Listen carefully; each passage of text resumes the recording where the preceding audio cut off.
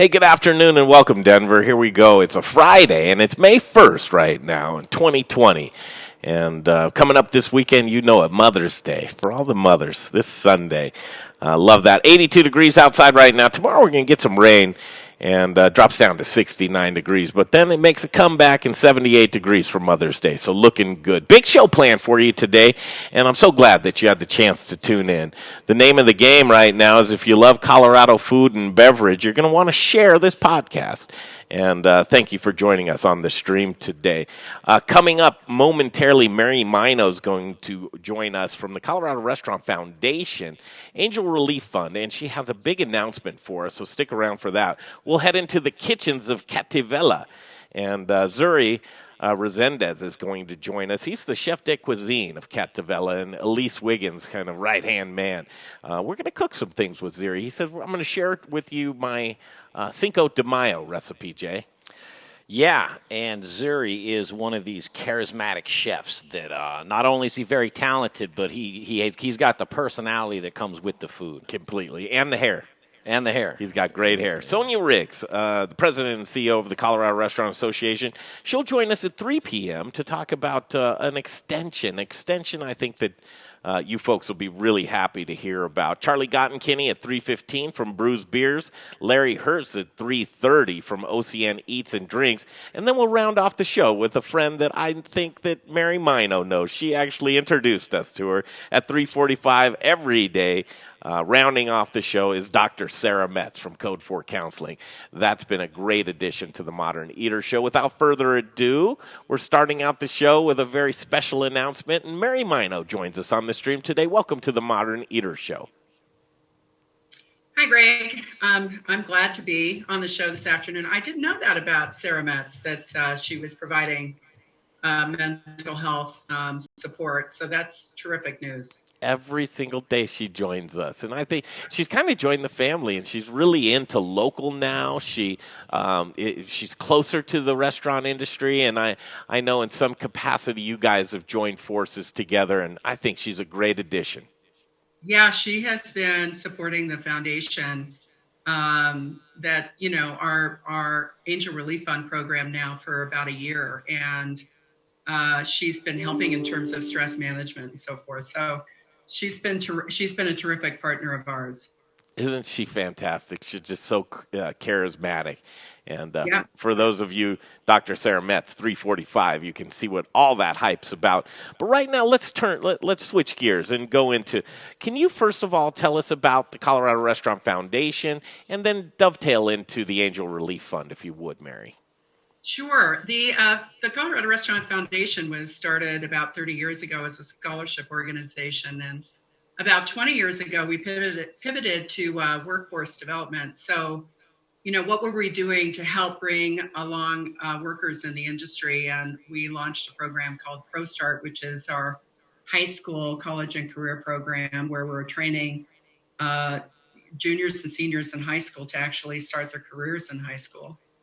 But about a year and a half ago, we recognized that as the association and as the foundation, that we needed to do more for the restaurant and hospitality worker. And what I mean by that is we needed to begin to deal with all of their basic needs as a person. So we launched the Angel Relief Fund, and it is a fund that's designed to provide general grants to folks that might have experienced an unanticipated hardship. The grants that we gave out last year were for folks who might have been diagnosed with an illness or their house blew up, and in the case of Breckenridge. And then on the other side of it, we've always had mental health support, and Dr. Sara Metz is one of those mental health professionals who joined the effort to deal with mental health issues around stress and suicide prevention, addiction, that sort of thing.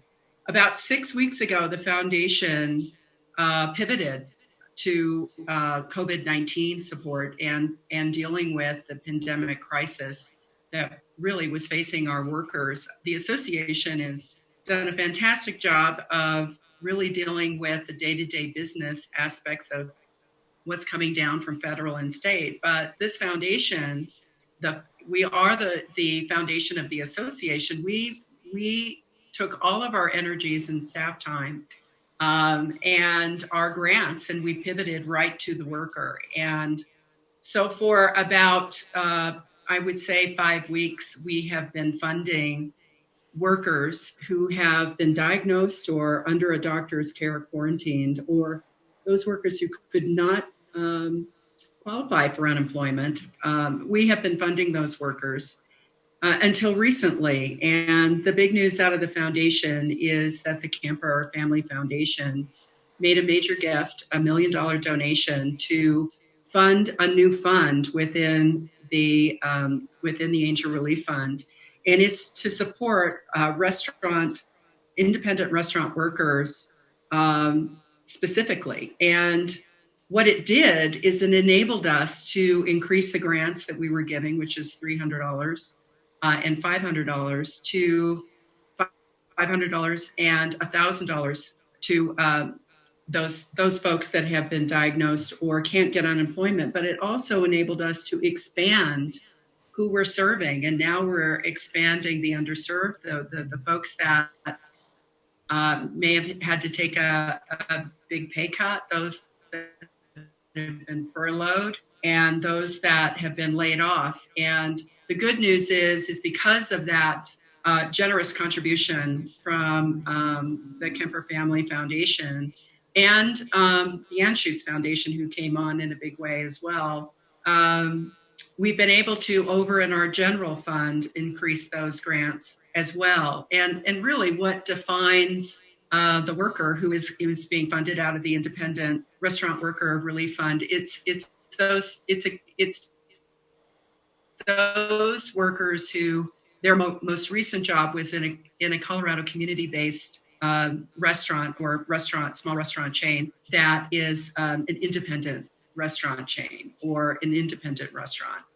To date, we have funded over 380 grants, and we're approaching about $110,000. It's a pretty awesome thing to be able to do for our workers who are struggling out there. Wow, what an announcement. Yeah, no kidding. And we're thrilled to be able to, Greg, I have to tell you the generosity from the Colorado community and folks who are not related to the community. They're just customers who are reaching out and asking, what can we do to support, folks who have been serving us for years, and it's time for us to step up and support them, and they're doing it in a big way. Unbelievable. So let's do this, but could always use more, right? Right. This isn't going to end in a minute. We've raised about $1.6 million to date, which means we'll be able to serve about 3,300 workers. But that's not enough, as we all know that the need out there is very great. So we're just going to continue to raise funds for this fund and for the general fund, and we're going to continue to give out grants to workers who are applying to us until the need, abates. And I don't know that that's going to be anytime soon. And let's just make it clear, you guys aren't raising this money to just sit on it. You're raising it to make it active, to get it into the community. Right. Yeah, we are. Our goal is when an application comes in, our goal is to turn it around in 3 days. What does that process look like, Ms. Mino? So the process is you go to Angel Relief, angelrelief.org, or you can go to corestaurant.org and go to the Angel Relief Fund website. We have an application that is both in English and Spanish. You click on the application, you fill out the application, we get it immediately. It takes us a day to vet the application to make sure that the application is completely filled out and that all of the required documents to approve the application are uploaded. And if somebody's missing something, believe me, we reach out to them right away and get what we need from them so that we're able to complete the application process. And then, of course, once it's been approved, we cut checks and we send checks. Fantastic.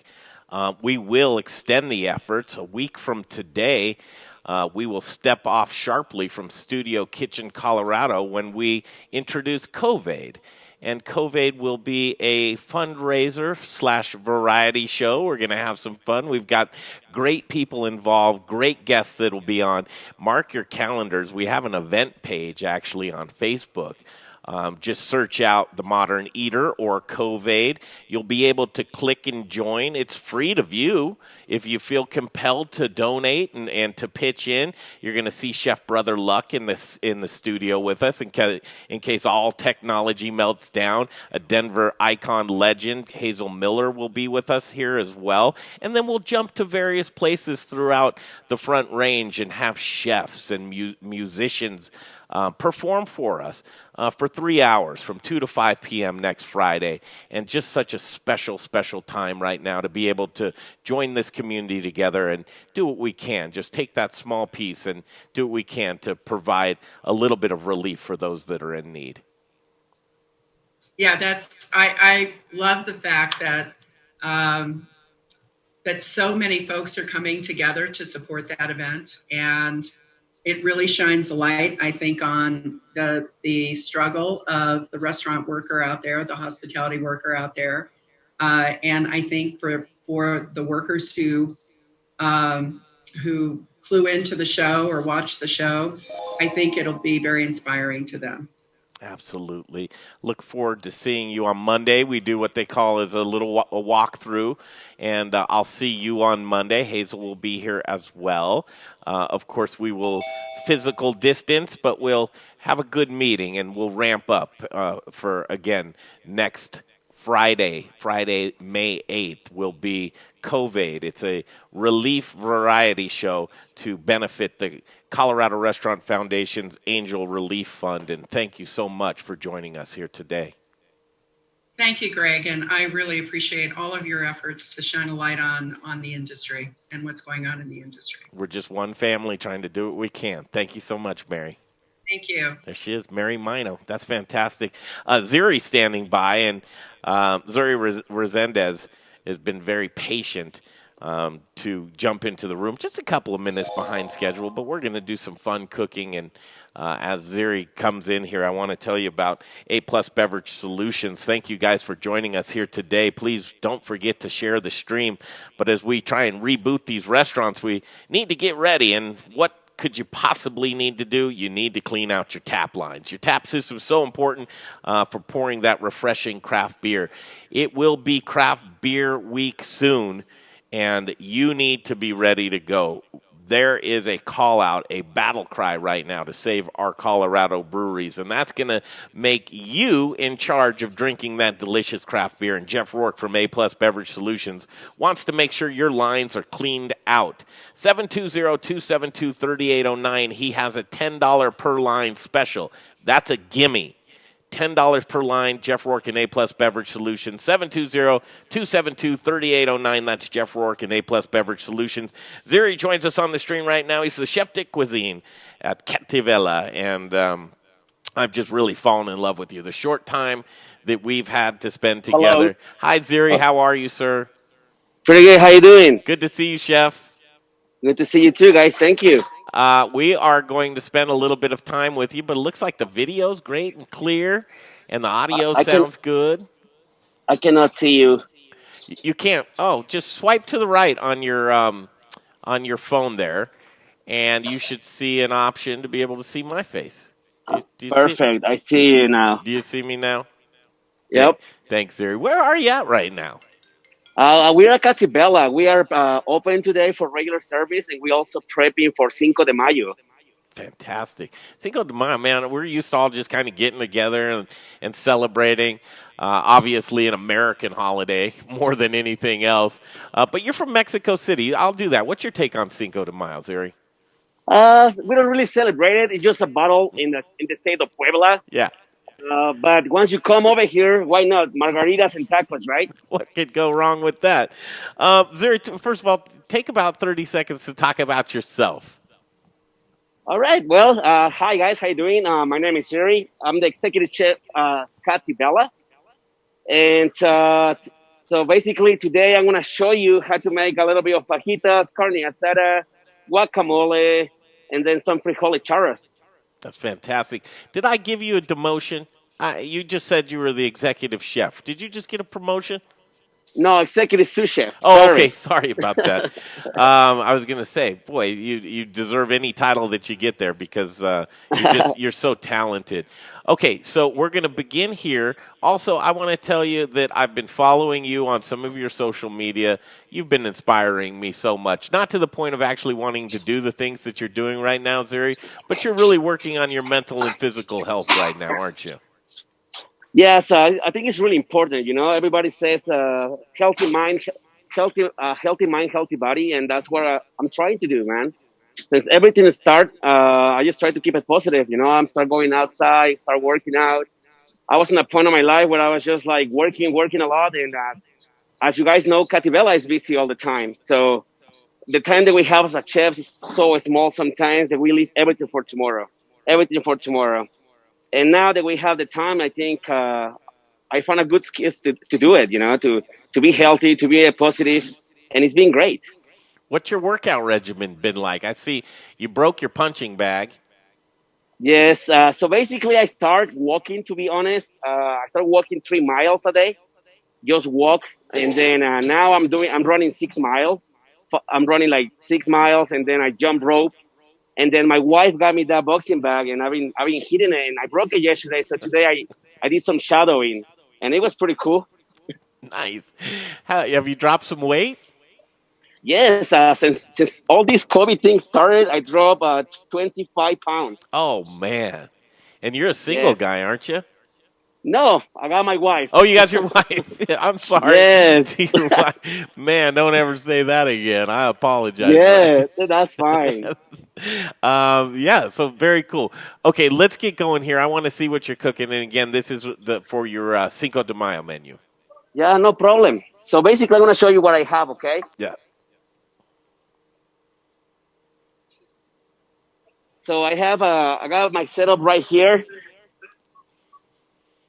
So basically, we're gonna make some frijole charros. We're gonna use some pancetta. I don't know, you guys can see that. Oh yeah, man. A little bit of oil. What kind of oil do A you little bit use, of Larry? oil. It's a blended oil, 75% canola, 25% extra virgin olive oil. You know, That gives it a higher burn rate. exactly. And the pancetta that we use in this time is a little version, not Italian version. I did a little bit of oregano, cumin, and morita chili. So just to give a little bit of flavor, you know. It's so close, you're steaming your lens up. I like that. Oh, sorry. No problem.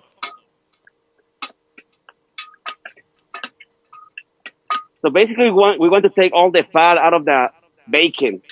Make sure it's crispy and nice, almost like chicharrones. It will be that crispy. All right. Yeah. Well, while that gets crispy, also we can start working on the guacamole. You know. All right. Now I'm a guacamole connoisseur, but everybody does it a little bit different. So I'm so anxious to see how you do this. It's pretty simple. You know, like what I use is a little bit of red onion, small diced, tomato, jalapeno, and serrano, and just fresh cilantro. So we're gonna throw that in the bowl.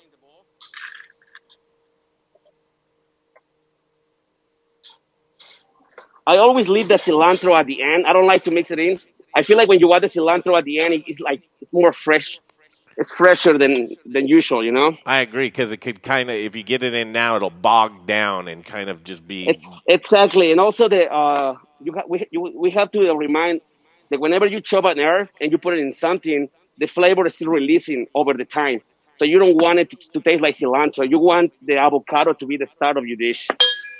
I, So we're gonna need some nice avocados, you know, like right now, like they're in season. See, like they're pretty, but they're smushy. So that's what we're looking for. I wanted to ask you about a nice avocado. I'm an avocado prima donna. If it's overripe, man, I just don't like it at all. Where's the perfect? No, of course, the perfect avocado I will say is this kind of color. It's like it has some green stuff, but not at all. And then you touch it, and it's like your fingers should be able to go down, you know. I always And heard it's not. you see the end there where it was on the vine there. Uh, if you pull that off, that little crispy thing, if it looks nice in there, it's good to go. If it's a little rotten on the inside, then you know that it's probably not the best one. I know, right? Look at this. All right, so you're moving quick. Yeah. So this is almost there. So whenever you have this like this, we're just gonna add our frijoles, and we got some black beans yesterday on the pot, and today they're ready. So basically, just Oh man, Jay, you want this right now, don't you? Yeah, all I right. really like this tip about the cilantro because I'm a cilantro super freak to where I can't put enough cilantro on things, and so. Yes. But that being said, I make terrible guacamole. Like I Do hate the you really? You guacamole are. I make, and maybe that's why. It's because I'm putting the cilantro in, and then it's sitting, Yeah. for a couple hours, and then it's taken away the taste of actual guacamole. Yeah, probably. So after that, we just do a little bit of salt, black pepper, some fresh limes.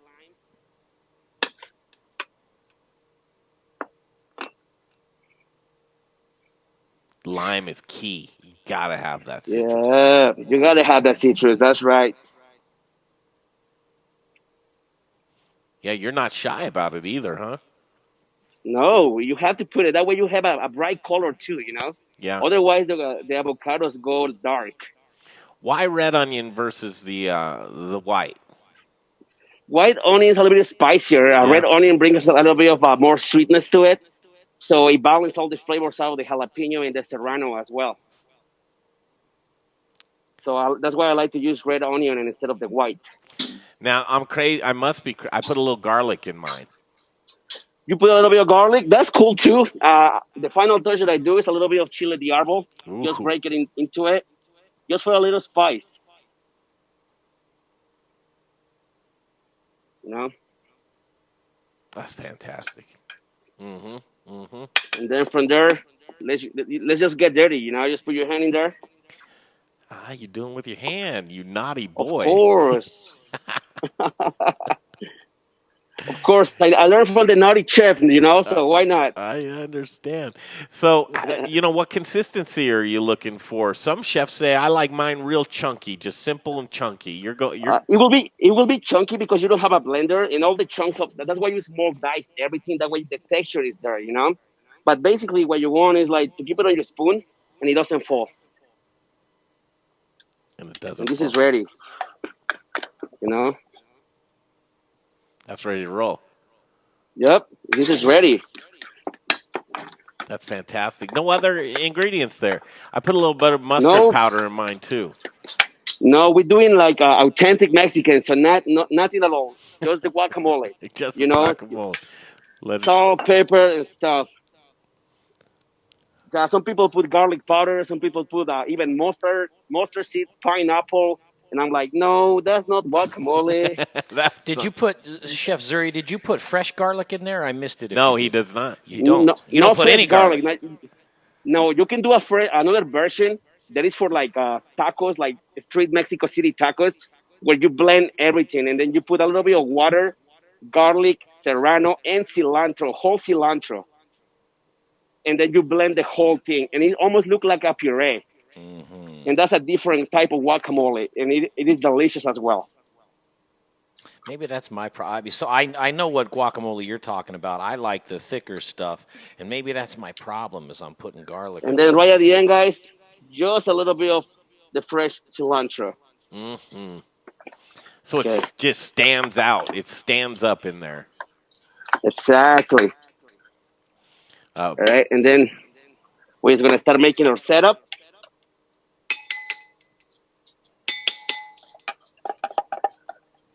from the stream, Brian Green says garlic goes in mine too. I think, yeah. Yep. So we have it there. I don't know if you guys can see it. Yes. All Perfect. right, and then we're just gonna put a little bit of chips right on top.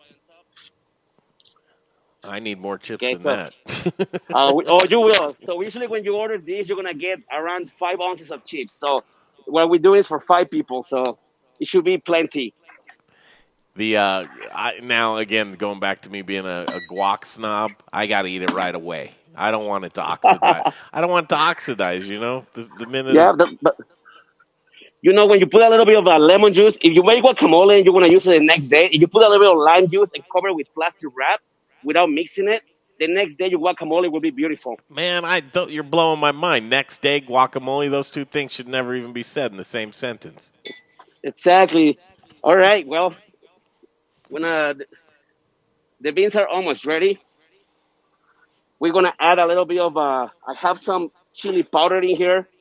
This is a morita, a little bit of a chile de arbol, and some smoked paprika as well. So we're just gonna add it in there. Chili of the tree? Chili of the tree. That's right. Is any specific tree in mind, or? And then a little bit of fresh oregano. And so this is on the menu for Cinco de Mayo for Cattivella. Correct. So if you call us and ask for it's a package of 4. So for the package of 4, you're gonna get chicken fajitas, carne asada, side of guacamole, side of frijoles charros, chips. Also gonna give you some queso and churros. Churros is stuffed with caramel. So let's see. Cinco de Mayo this year, May 5th is on Tuesday, Taco Tuesday. Taco Tuesday, that's right. So how much does that cost? Because I might want to be in for 2 of those. I believe it's $85 a package, and it fits 4. Oh, 4. Okay. And, yeah, and I don't know if you've been following on my social media. The meat that we use is bone-in ribeye, and it's certified Angus. So we roast it outside just to get the smoke, just the flavor of the smoke, and then we slice it tiny, and then we do a marinade with onions, a little bit of juice, and we're gonna grill it to the order. Jay, we're doing that, right? Yeah. I mean, yeah, that's just a no-brainer. And especially, so you're making these to order, Zuri? Yes, we are. So basically, right now we're telling people to call ahead. Right now we have around probably 60 orders, and we time it out.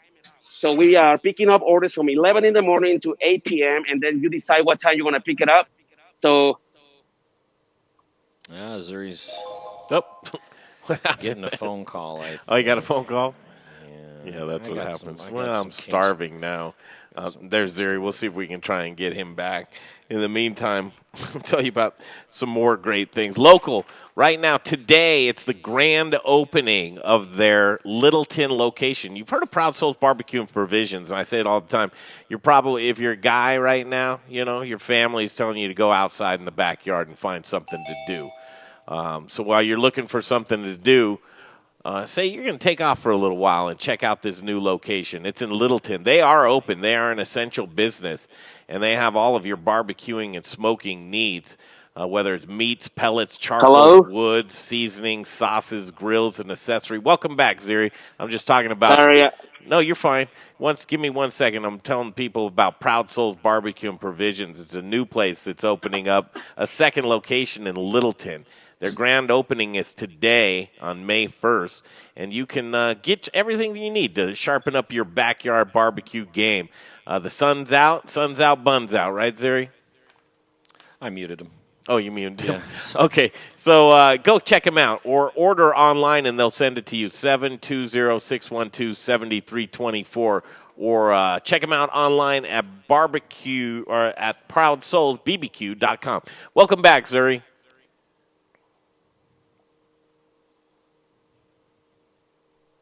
I know, you're multitasking. I didn't mute him. He should be good. Hey, Zuri, I think you're good. Oh, my phone. I'm putting myself to the fullest possible use, which is all I think any conscious entity can ever hope to do. Zuri, Zuri. hey Zuri, are you there? Are you there, pal? Yes. It's Okay, just serious. man. Every time I say "Hey Zuri," Siri pops up on my phone and starts talking to me. Do you have that problem too when your wife calls your name? Everybody, Chef Elise always all the time says my name and her phone goes, "What? What do you need?" You know? That's what's happening to me right now, so I'm not going to say that Yep. anymore. Jesusio Silva's joining the stream. Zach Johnson's on the stream as well. Brennan Caldwell, good to see you guys. Brian Green on the stream. Rebecca Berry is joining us. Matthew Gears, Paul Huddleston. How are you, Chef? Christine. Chris Chasen. Good to see you, too.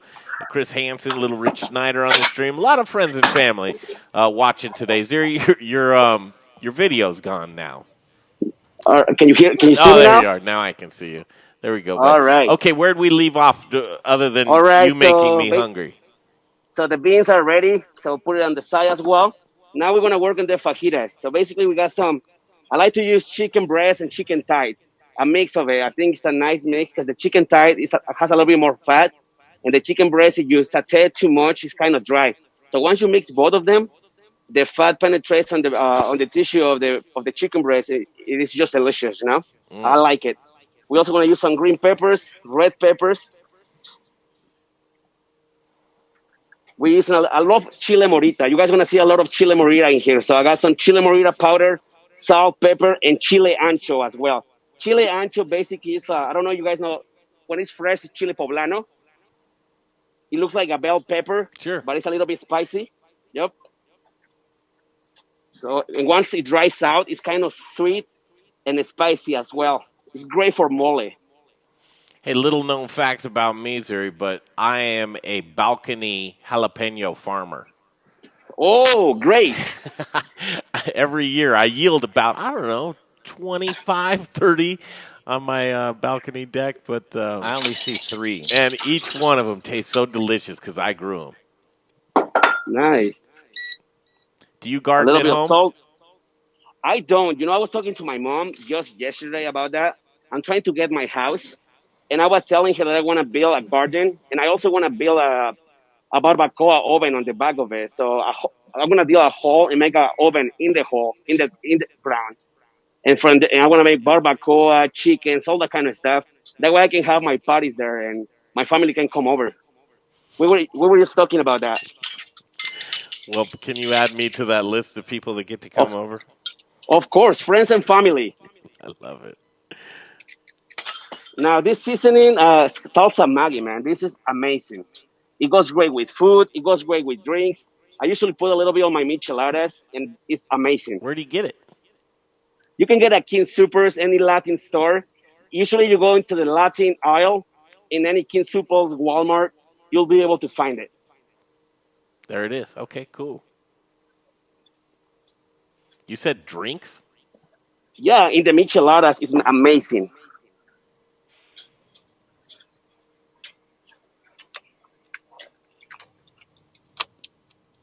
All right, guys. So basically, we have everything in here. We're just gonna mix it up a little bit. That's got to hit a cast iron pan, huh? Yes, I got it right here. Is it hot? Yes, sir. Gotta be hot. So how many? That's a lot in there. That's probably. Yeah. So basically, I'm making family meal right now. We got some of the guys here. So after the show, they're gonna dig into this. Probably. But what I'm doing right now is also the order that you guys gonna be getting. So you guys gonna get around 1.5 pounds of chicken fajitas, and then each steak that you guys getting is also is 4 ounces to 3.5 ounces. So I think it's a pretty sweet deal. Very sweet deal. And again, ramping up Tuesday. When do the orders have to be in by to pre-order this? We're taking orders all weekend except for Sundays and Mondays because we're closed. But you can leave a message, and we also taking orders on Tuesday. What So about do not. Mother's Day? Do you have anything special coming up? Of course we do. So we're doing Mother's Day brunch. We're charging $90. You guys are getting prime rib, creamy polenta with poached eggs and hollandaise, a small salad with vinaigrette, also some fruit and French toast. The full shebang. I know. Well, how about Yes. no mimosas in there? Can we get Of some? course, we got, so Cinco de Mayo, we're selling margarita kits. Uh-huh. In a little bit, if we have time, I got also some cilantro margaritas that we're doing. And for Mother's Day, we're doing mimosa kits as well to go. Got you covered, right? So now I got Yeah, Sunday's Mother's Day meal plan, and correct. mom's watching right now, so I can't promise anything I can't follow through with. And then all bets are off because Tuesdays I'm doing fajitas. Right. So the fajitas went in there. We got to watch the sizzle. Of course. Got to see the sizzle.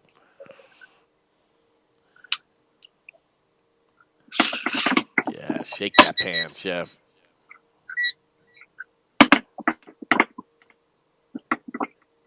All right. Well, What kind of tortillas are you using? we're using corn tortillas. Just corn tortillas. I believe that they are the raquelites. We lost your video there for a moment, Zuri. See if you can get that back. Zuri, you with us there, buddy? Yes. There it is. Hey, It there just you popped are. back in. You're doing a great I'm job here. multitasking. You're good at multitasking.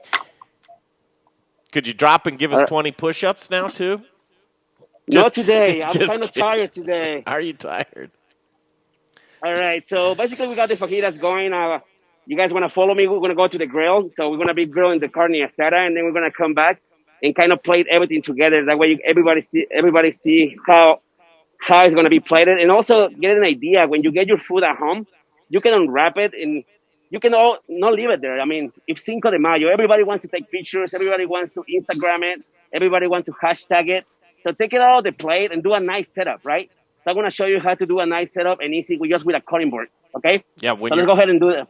when you're walking us back there, talk about, because I know plating is very important to you, even when somebody can't see it.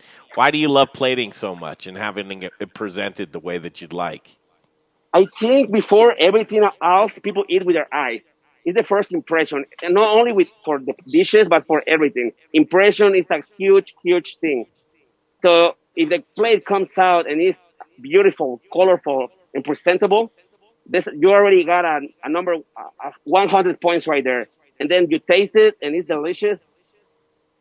You win. It's a win-win. You got it there. So that's why it's really important. So when you get food and you're doing, obviously a lot of to-go right now or delivery, you're plating your food after that. You're not eating it out of the carton, huh, Zuri? No, I'm not. Like whenever I get sushi, I take it out of the plate and put it on like long plates. I don't like to eat it on the to go. I feel like you have to have the experience. So I pull it out of the carton. And my wife, she's really crafty too, so she likes to buy stuff and plate it nicely. And she'd be like, "Oh, I make dinner," and I'm like, "Oh, okay. What did you make?" Yeah. So we go from there. All right, take us outside. I hope the phone holds All up. right. So I'm gonna show you right now.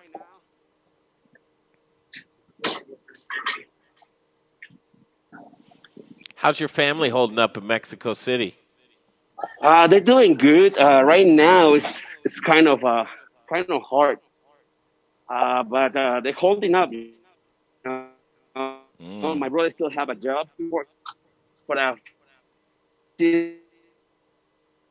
Oh, I hope this holds up. Dang it. I know sometimes we get a little over ambitious. My hope is it'll kick in onto his cell service. There he is. There we go. Just don't move. No rapid movements from where you're at. all right. It's nice out So today. basically, I just put these ones on the grill right now.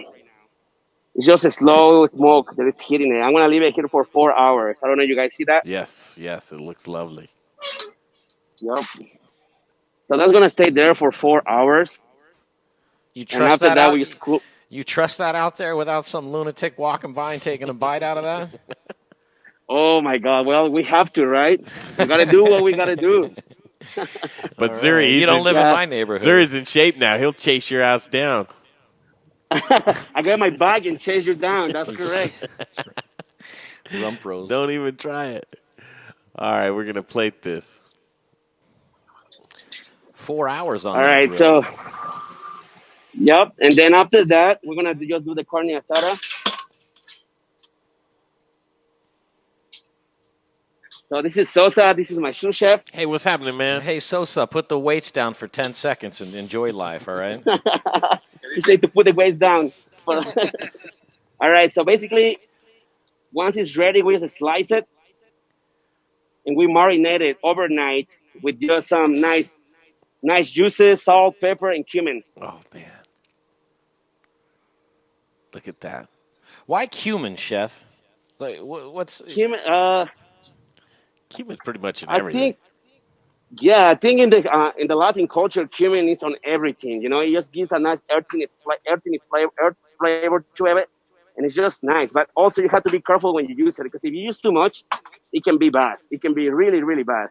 It's just a little bit, just to have a nice taste. It's almost like an aromatic, to be honest. Gotcha. All right. So we have our grill right here. Basically, just stir Kaboom! in there. And this just takes an instant to get done, doesn't it? Yep. It's just instant, correct.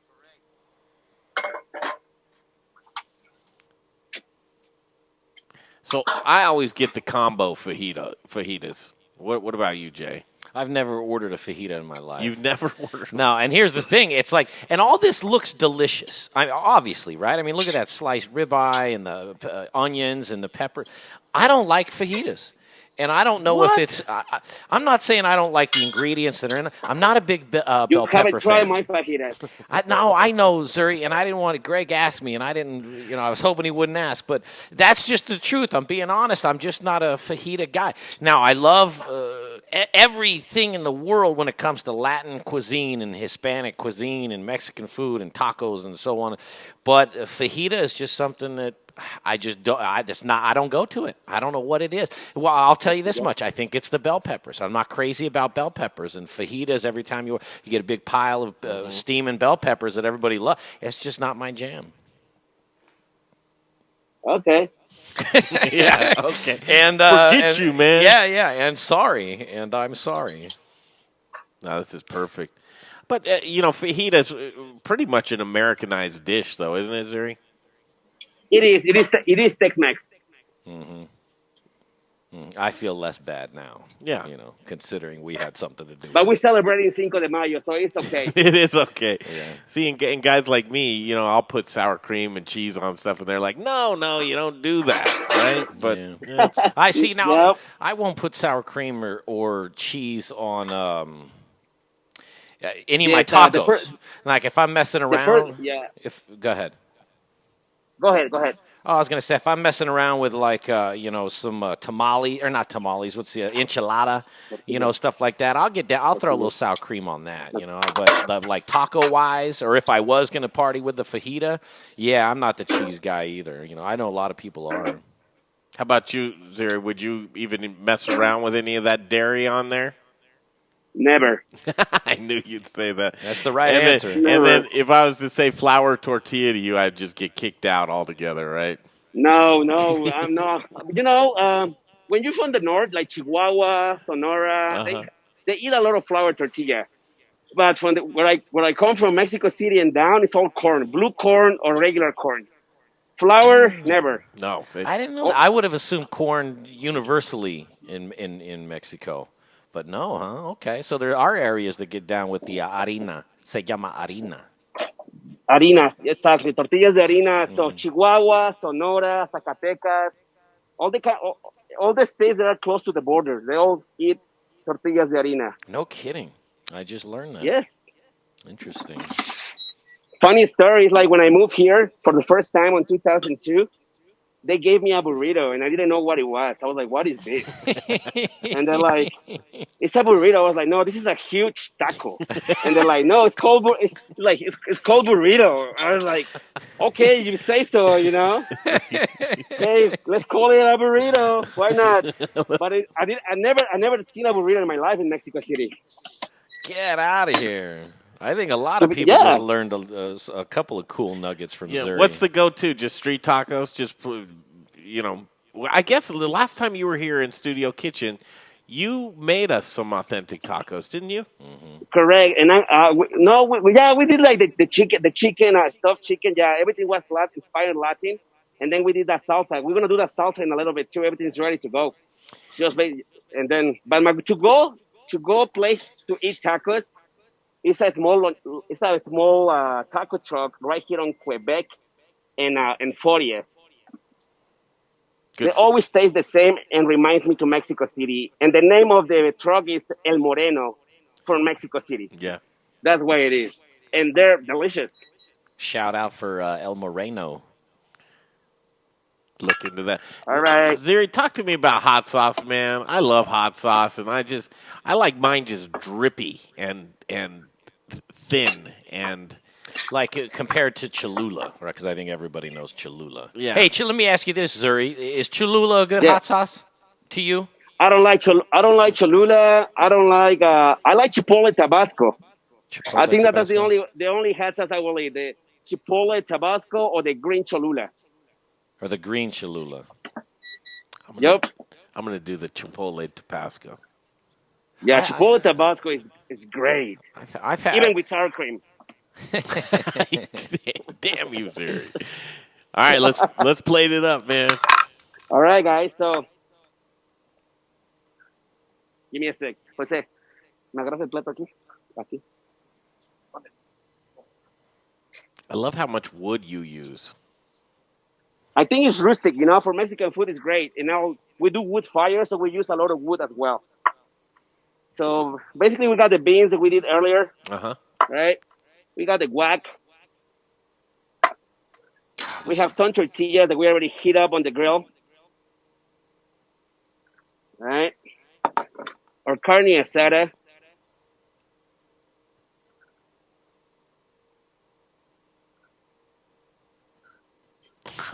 Jeez, I'm dying, man. Yeah, this is going to be. We have our fajitas. This is going to be rough to watch.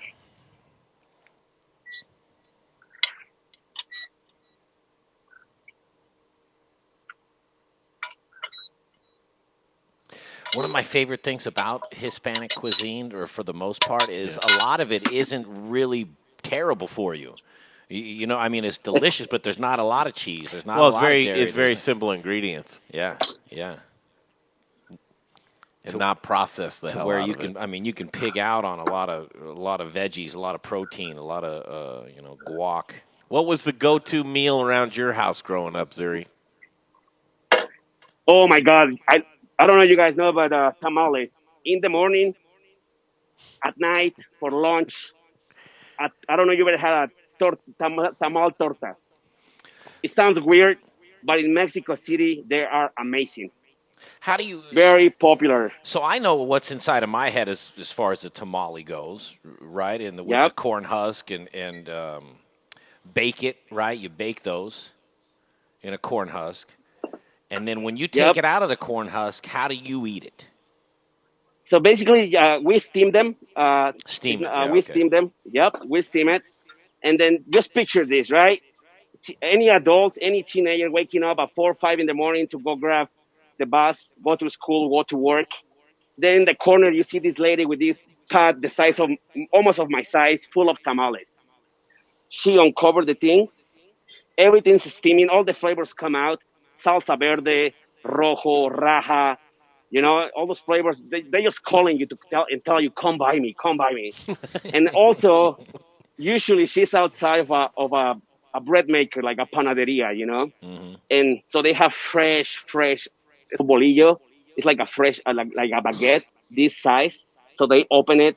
It's all fresh, crunchy on the outside. They put the tamal in there, and then they put a little bit more of that salsa verde. In this case, my favorite one is pork and salsa verde. And then they wrap it on parchment paper.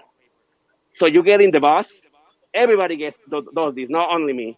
You get in the bus, and you uncover it. It's already sweaty and it's mushy, and you just bite to it. It's so good. I've been craving that since I moved here. Can't you make some authentic ones here or no?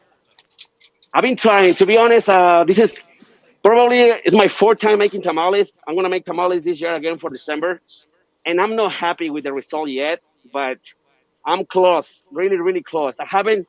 I wanna not copy her style, but I wanna make it better. I want to buy it, and when I buy it, I want to go back on time. You know, Every year during that's Christmas what I'm time, trying to do. Little Rich Schneider from Hello, Rock. Hey, you got us? Did we lose you? Did we lose you? Oh no, we I can. can hear you. You cannot, because we can hear you, Can you Zuri. hear me? Yeah, we can hear you. Can't hear us? That's interesting. Zuri. Earth to Zuri. Oh no, Zuri. Oh, did he put his earbuds in? Hello. Hey, can you hear us? No. All right, Dang. I can hear you now. Oh, good. All right, I'm guys. So basically, I'm gonna show you really quick. We're done, pretty much.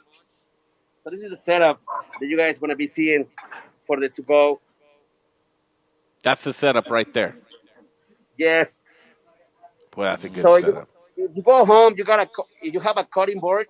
Just take everything out. Get some nice small dishes. Put your guac, your beans in it, and then you're good to go, man. I think it's a nice picture, and people will love it. And also, it's delicious. So It's perfect. That's what I'm doing. And then, but I need more chips, though. That's all. Just you need that's more cheese. I got you, man. my only request. Hey, listen, Zuri, I had an opportunity to catch you for a few minutes on Jensen Cummings' podcast, the Best Served podcast. And I really enjoyed that conversation that you had with Jensen. That was a cool talk. But you mentioned somebody. Could you tell the story of Gary real quick? Yeah. So like I said, Gary is a guy since we started doing curbside and to go. He comes here all the time. Like he calls us at 2:30 every single day. He places the order. He gets the special of the day every single day. He pick it up at 3 to 3:15, and he's an amazing dude, man. Like he's here for us. At first he was just like, oh, Gary, this guy, but now it's almost been 2 months, and he's here every single day. Even for Cinco de Mayo, he already placed his order. He already placed his order for Mother's Day. And the funny thing is that we do in packages of four, and he lives by himself, and he asks, "Can you do something for me?" I'm like, "Of course, don't even ask me, man. I got you. I got it." Like he's just been amazing. Yeah, whether it's Cattivella or your favorite restaurant that you'd love to support, be like Gary, right? Exactly. Be like Gary. Zuri, it's been a pleasure catching up with you, my friend. And we can't wait to be able to see you in action at the restaurant or back here at Studio Kitchen. But again, being all in this together, you're one of these people that are just shining right now and doing so well. And it's so good to see you during this tough time. Really work on yourself and sharpen your games up, and you're doing some good things, my friend. Thank you so much, man. Thank you for the invite, and I'm just trying to pass the message. Like not everything is bad out there. There's some things, great things happening, and we need to keep pushing. We need to keep pushing, and we need to beat this thing. We cannot let this thing beat us. We have to beat it. Absolutely. Patrick from the stream says, they say you eat with your eyes first. I'm eating first based on Zuri's description. It sounds so good. I have a feeling some people will be ordering this. That's for Cinco de Mayo. Don't forget about Mother's Day. Lots of good stuff going on at Cattivella, and I would be remiss if I didn't say hello to Chef Elise Wiggins for us. And we really love we love the show, Roots to Ranches. Just very cool programming. Thanks, Zuri. Thank you. Bye, brother. There he is, Zuri. Cool people on the stream, and Zuri's one of them, right? Sonia Riggs joins us right now, and from the Colorado Restaurant Association. I think you heard earlier on Mary Mino join us with that announcement from the Kemper Group, the $1 million donation. And just a fantastic organization, the Colorado Restaurant Foundation, and the Colorado Restaurant Association's CEO and president, Sonia Riggs, joins us right now, and I think we've got some more announcements to make. How are you, Sonia? Oh, your audio. It's always an audio thing. Are you unmuted? We're trying to unmute you here. That's not me. Let's see, That's Sonia. not me. Audio. We're looking. Oh, we got you now. Better? Okay. Yeah, and if you care to see me, you might have to scroll on your phone to the I, right. I can see Oh, you. you can see me. All I right. can see you, yeah. Well, lucky day. We're technology is not going to beat us. I'm going to get this eventually, I Oh, promise. it's not you. I'll tell you what. Over here, man, it's maddening. Some days we just don't want to show up because of Yeah. technology. Okay, let's get right to work. Sonia Riggs, here she is. We've got some announcements to make, but there's a big one, and it's about alcohol. Yeah, last night when we just sent an informational email out to anybody who's on our list that the alcohol to go orders were extended for another 30 days at this point. We're of course trying to push for that being extended even longer, but it's good news and some relief to a lot of folks because it's just one more way of them to be able to bring in revenue in a really difficult time for restaurants right now. I also received word this morning from the Colorado Department of Public Health and Environment that the provisions, the additional food and provisions that folks have been able to sell as well, really is continuing on until further notice, until they actually revoke those. Those will go on. So we'll keep letting folks know as anything's going to change. But for now, people can at least relax a little bit, knowing that they can continue to sell what they were able to sell. When I got the announcement of the extension, 30-day extension for alcohol curbside or delivery, I shared it all over the place, right? Was excited to see it. Some of the consensus of folks commenting on it said, well, the first thing I saw was that just means the restaurants aren't going to open anytime soon. Well, we're hoping that even when they open, this will continue to move forward. So I wouldn't associate the two, honestly, because we're seeing in other states. We've seen that the governor seems to be open to, and as I'm seeing other states start to reopen, that alcohol allowance for to-go alcohol has been extended in what we're starting to see. So I don't look at that as a disappointing thing. I don't look at it as an indication of when they may or may not open.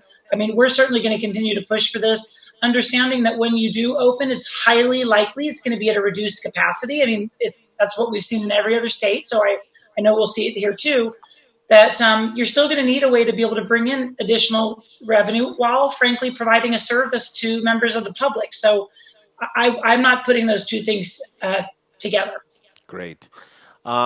Is now the time to strike for some legislation and some deregulation of certain things? And I'm thinking of other provisions like patios and extensions of your patios. Are there any rumblings of that sense?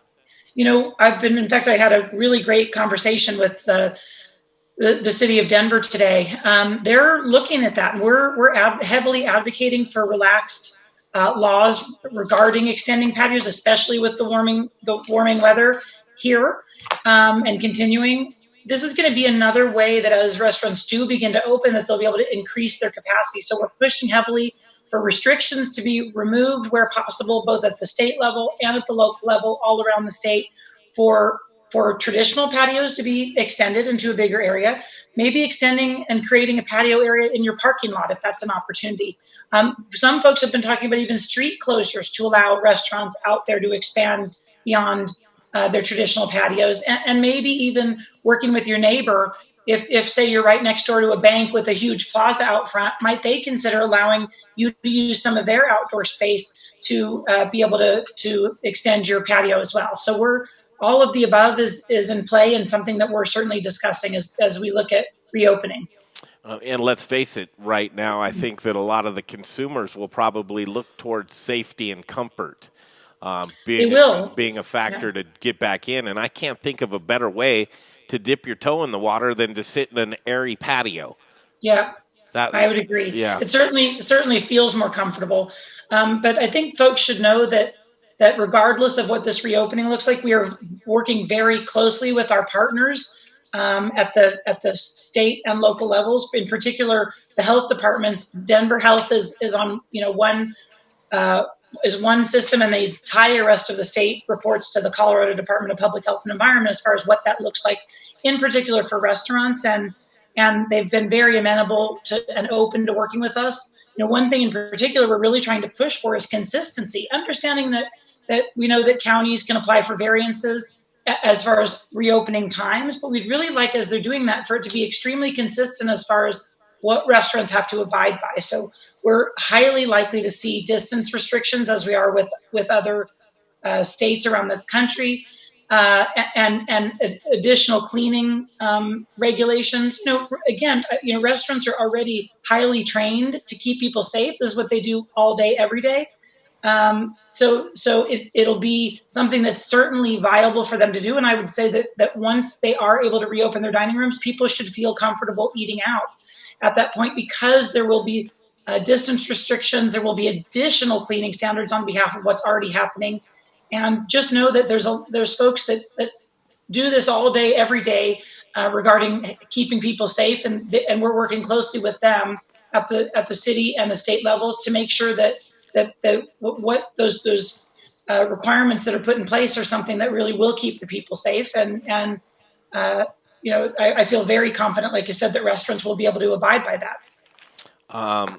Here's my stack of notes from the last month here. Oh boy! And in there, doing great things, and just on the local level with the Colorado Restaurant Association, but also on the national level. I have it here somewhere, the reopening guide, kind of just a guidance is what they would say, a reopening guidance. And actually 10 pages of just very precise, accurate information, and more or less it's a recommendations of what they're seeing, but safety and cleanliness, at the top of the list. But again, things that restaurants have done renownedly since the beginning of time, and done so well. But let's look into some other things. And today, I looked to the piece in Westward of Frank Bonanno and how dining could change in the COVID era. And actually, Frank gave a great shout out to the Colorado Restaurant Association as being a resource for him to use as guidelines. But a lot of just back and forth speculation going on. Are there any models on a national basis that we're seeing so far, or any data that's saying here are some guidelines that you can put into place that would be good to be used right away? There are, and we've been reviewing some of those. We looked at what Texas put out. We're looking at what other states are doing, and again, talking to the health departments about how does this get incorporated into Colorado. I think there are a lot of positive models that we can follow. Now, remember, it's going to be likely in phases. So, phase 1 might look like a certain percent of occupancy or a certain amount of distancing. Phase 2 may look different, or will look different. So we'll keep pushing those at every phase, and keep cooperating with our partners at every phase. And but we do have other good models to follow. So I feel confident that we can watch what's happening in other states that are a bit ahead of us, and be able to follow what seems to work well with them, and frankly learn if there's any unintended challenges as well as we're considering reopening. Absolutely. Who makes the final decision? I know the ramp up was set to be Monday, May 11th, to when the prospect of dining in again was going to be there for us. Who makes the final call on this, and is there a date that's projected? Well, the governor ultimately makes the final decision. I know he is allowing different cities and counties to ask for variances, but that's all based on what they can prove as far as hospital capacity, what their number of cases in their area looks like. So ultimately it falls to the governor to make those rules, and then allow for locals and counties to be able to apply for variances where possible. But again, he's working very closely with his partners in various departments on what those variances are even going to be, allowed, and what they even look like. So, for example, Colorado Department of Public Health and Environment is advising him very directly on what it needs to look like in a restaurant. And frankly, overall health conditions. I think CDPHE, depending on which department and what they oversee, but that they're helping with those guidelines and standards on a number of things. Yeah. Last I checked, Weld County kind of went rogue on their own way. What do we know out of Weld County kind of going in their own direction and cutting their own road? Yeah, there's not much I can tell you there. So I can certainly give you an update when I have one. But again, they're needing to communicate with the governor's office. In some cases, people are allowed to get variances, and making sure that if people open, that they're whether there are going to be fines and penalties assessed, we'll see. But for now, my understanding is the county is being supportive of some of these businesses that are kind of taking extra steps. So I can only assume they're probably working closely with the governor's office on kind of the future, what that's going to continue to look like. But as far as the Colorado Restaurant Association stance, you will go with the state government on their decision making. Well, I mean, knowing that cities will be able to either be more strict, and counties more strict or less strict, it's going to go both ways. I think our biggest concern is, and obviously we have to respect what's happening health-wise, right? What does that city and county look like, right? How many cases are there? How many new cases are there? What's their hospital capacity? Their capacity for the healthcare workers to be able to support them. So we are very understanding, knowing that health is obviously number one for everybody. Of course, we'd like to get restaurants open as quickly as possible. We understand that they're hurting right now. And we also understand that as restaurants are allowed to open at limited capacity, that's not going to work for everybody. So, they're going to need to be as supportive as they can. So, I'll add to that this is why that we're continuing to push wherever we can on the local, state, and federal level to help restaurants get cash in their pockets. And that is in so many ways, a lot of local governments are starting to look at ways that they can offer relief in the form of either grants to small businesses or tax relief.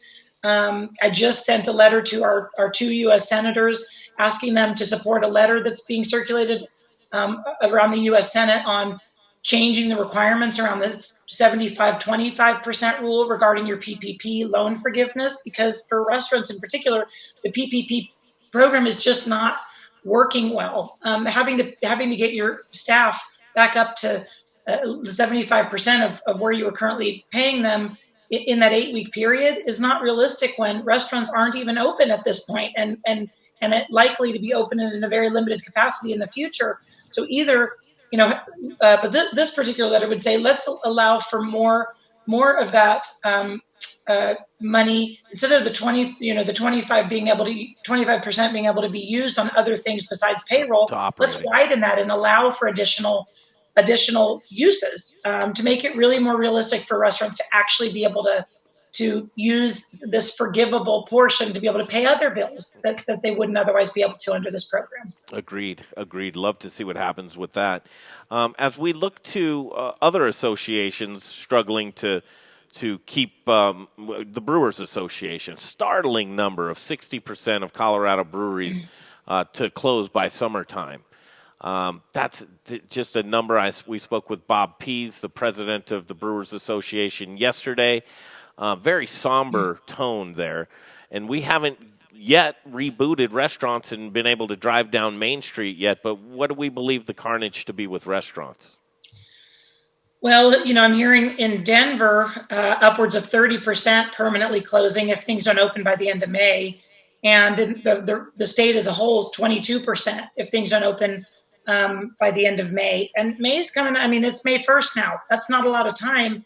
And we've been asking for a week to at least a week, but preferably 2 weeks notice to allow them time to ramp up and get ready, because they're going to need to retrain staff on what the new procedures are. They're going to need to get their supplies in hand, whatever the new requirements are, in addition to what they're allowed to do now. They're going to need to make those changes within their restaurant. So they're going to need some time. So, it's not looking good that things are going to be opening by, May 11th, certainly, probably a little bit later in May is my hope at the very best. But know that we're continuing to fight for, honestly, it's not just restaurants, but bars and other liquor licensees too, that I've heard the president discriminate and say restaurants should open, but bars shouldn't. Well, what's the difference if they can both do proper social distancing? I think they should both be able to open equally if owners can figure out a way to do that and comply and keep people safe. So, we'll see what happens. But right now we're hoping sometime in May. sometime in May. Well, another from Bonanno's piece in Westward talking about a 2-year look into the lens of his business. Are you speaking with restaurateurs, owner operators, more about where they see this going? I'm trying to get a gauge if it's all over the place or if there's a consensus that it's going to be quite some time as business. Oh, I think there's a general agreement in that the restaurant industry for the foreseeable future is going to be very different than it was a few months ago. So I feel that there's absolute concern across the industry for what things are going to look like, and people realizing that they're going to have to make some changes. This is one of the reasons that we're continuing to push on changing regulations on a local and state level and federal level as well. Continuing to allow for that alcohol to go, continuing to allow for out of the ordinary foods and provisions being able to be sold by those businesses. And frankly, we're pushing to the legislature too, as they consider going back into session, reconvening soon. Think about burdens that you're placing on these businesses. When you're looking at creating new rules for them that are going to make it more burdensome for them to be able to even stay open, like through higher costs and additional regulations, maybe rethink that. Where can we either alleviate current burdens or at least stop adding new burdens to them? Those are going to be really, really key in this industry surviving. The other thing that we're seeing is restaurants, pivot on, that hadn't traditionally really even allowed for takeout or delivery. I think that's going to look different. And part of it's going to be making people feel safe when they're in your restaurant, right? How can they make people feel safe? Again, I want to remind folks that this industry, more than almost any other, other than obviously hospitals, but is already trained to prevent foodborne and other illnesses. I mean, they already have very strict standards on what they can do, what they have to do to keep people safe every day. So I feel like this industry will be able to at least be able to adhere to whatever those new guidelines are relatively easily, just because they're trained that way. But it's still going to look different. We had already been seeing a trend in more takeout and delivery, especially by the younger generation of folks that likes to eat out or eat in a lot, I should say.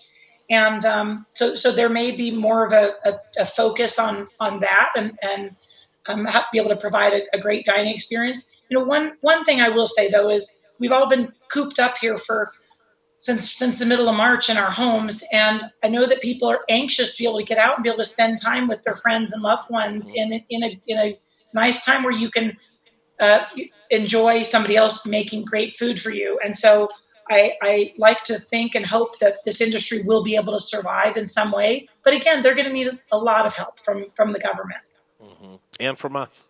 and from us to make sure that we're actually going out and buying that food and enjoying that time. Are there numbers coming back on folks that are getting back to work? Are the PPP bringing their employees back to work? Are there any? Is there any I'm not data? seeing numbers on people being reemployed yet, and I will. When I do, I'll share it with you, and that'll probably be the focus on our May survey that we're going to be doing. But I will say, in our last survey that we did, there were still 85% of restaurants that had applied for the PPP loan did not get it. So, that's very concerning. So if they're not getting a loan, how are they going to bring people back, especially if they're closed? And only 2% of those that had applied for the EIDL loans had received it. So that's very, very concerning. I'm hoping that we'll start seeing those numbers go up, but I'm not hearing a lot of confidence in a third round of funding on the federal level.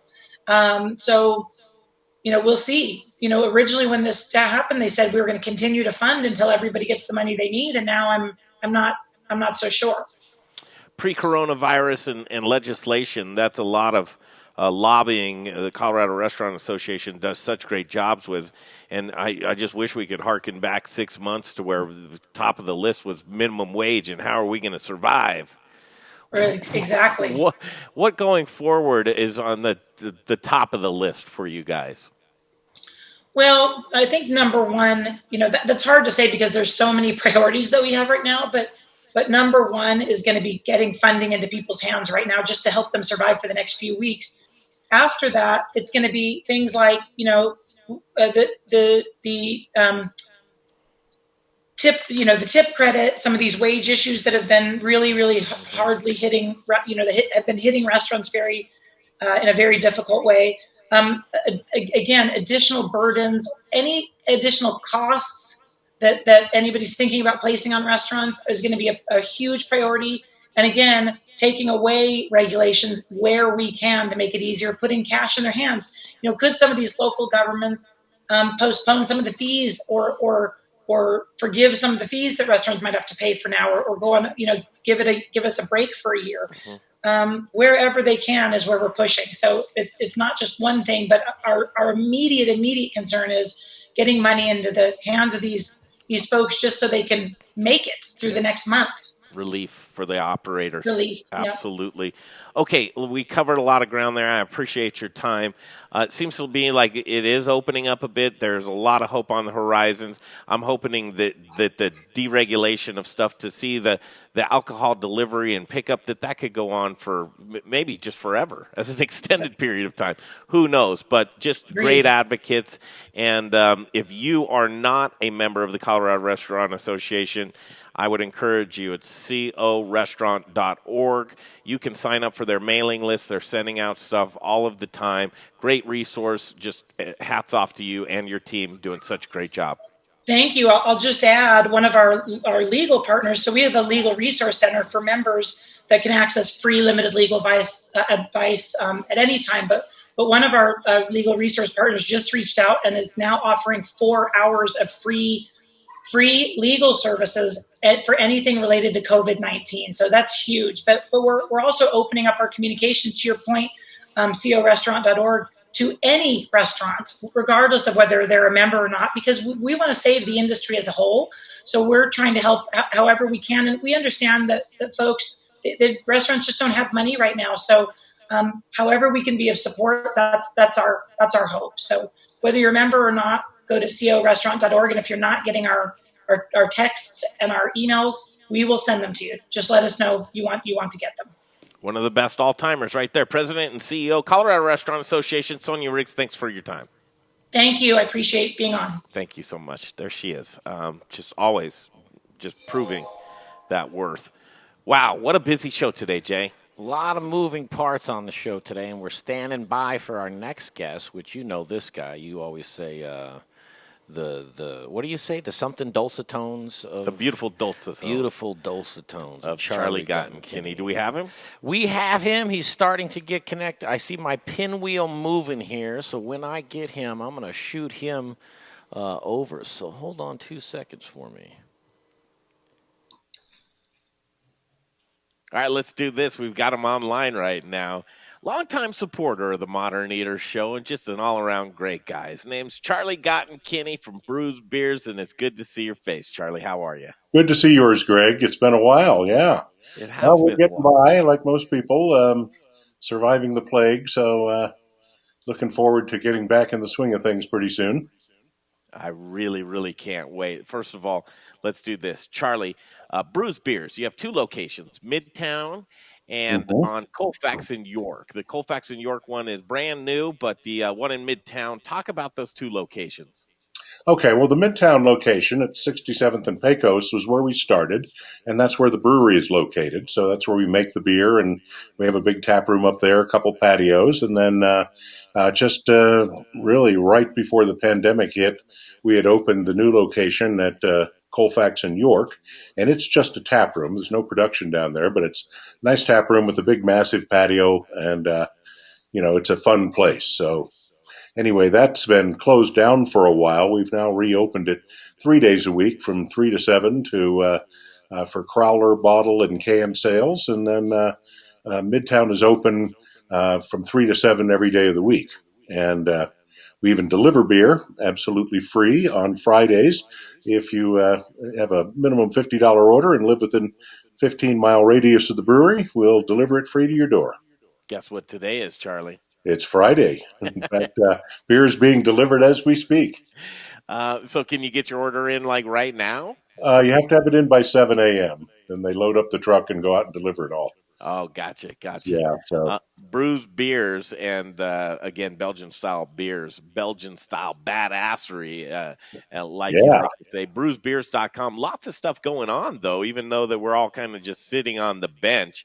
This is really interesting. I've been in person and I've seen one of these classes, but the World of Belgium beer class.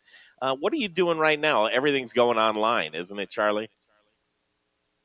and so basically we're doing it on Facebook Live. So you go to our Facebook page and log on, and you can sit in on the session. It's free of charge, and then you'll need some beer to drink during that. So if you go to our website, brewsbeers.com, and go to the events section, there's World of Belgian Beers Home Edition, and there's a shopping list in there of beers that we recommend that you pick up. And there's a big long list, but you'll only want to probably get somewhere between 4 and 8, depending on whether your significant other likes beer as well. And pick some out. And then when we get to the point in the program where we're discussing that particular style of beer, that's the time to open it up and enjoy it. Yeah, the class in person is very interactive, questions and answers, and Mm-hmm. you like to talk to people and the education, the stories that you have as well. It'll be very interactive online on Facebook too. I think so. Sometimes you have to prod people a little bit to get them to interact, but usually about halfway through the class, when they've had a few beers, um, people loosen right up, and that's a good thing. Also, you've been doing some on Facebook karaoke. I think it's Wednesday evenings. I check in each time. It's so much fun, and again, that's really interactive too. So you guys have been doing a lot of things Yeah, online and on Facebook to keep connected to your yeah, community of beer lovers. and trivia, and you know, obviously your activities are somewhat limited, but we Did I do. say karaoke? It's trivia. It's trivia. Yeah, It's trivia. Yeah, I said yeah, karaoke. I apologize. Also, a little bit, a couple of housekeeping notes. Last Sunday, as I think time standing still, I can't believe this passed us up, but the Belgium Brew Fest, that is obviously not taking place and either delayed yeah. or we'll see it again next year. If it's possible to do it later in the year, we will. It gets hard in the summer. There's so many festivals around the Denver area. Getting another one on the and getting anybody to come out for it is kind of a iffy proposition. Maybe in the fall, who knows? We'll have to see how this thing goes. If not, we'll just look to 2021 for the next Belgian Brew Fest. But Yeah. it's a lot of fun. It would have happened on Sunday, and we sort of missed our window there. But bigger fish to fry on a global scale. That's right. We'll take a mulligan on this one, right? Absolutely. We'll get back at Absolutely. it.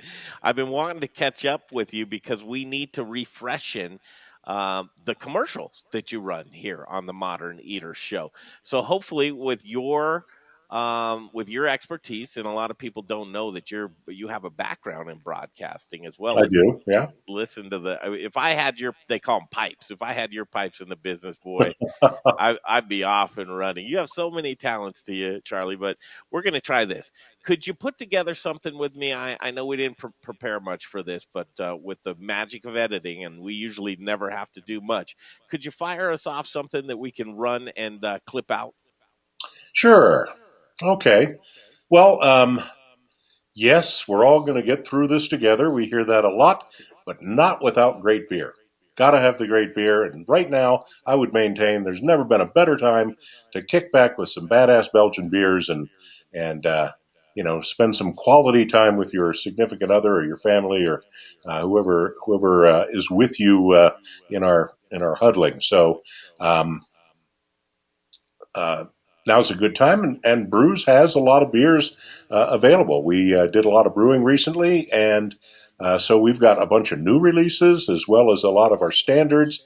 Great selection, and we're open 7 days a week at our Midtown location at 67th and Pecos, 3 to 7 every day for crowler, can, and bottle sales, and then we're also open Friday, Saturday, and Sunday at Colfax and York for bottle, can, and crowler sales. So we are providing beer to the market. A lot of people are coming by to see us and stock up on their Belgian beers.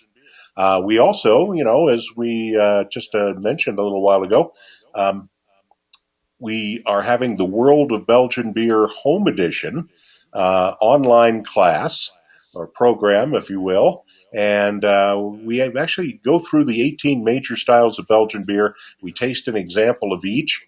And so to do that, we have people go to our website, go under events tab, and there's a World of Belgian Beers home edition.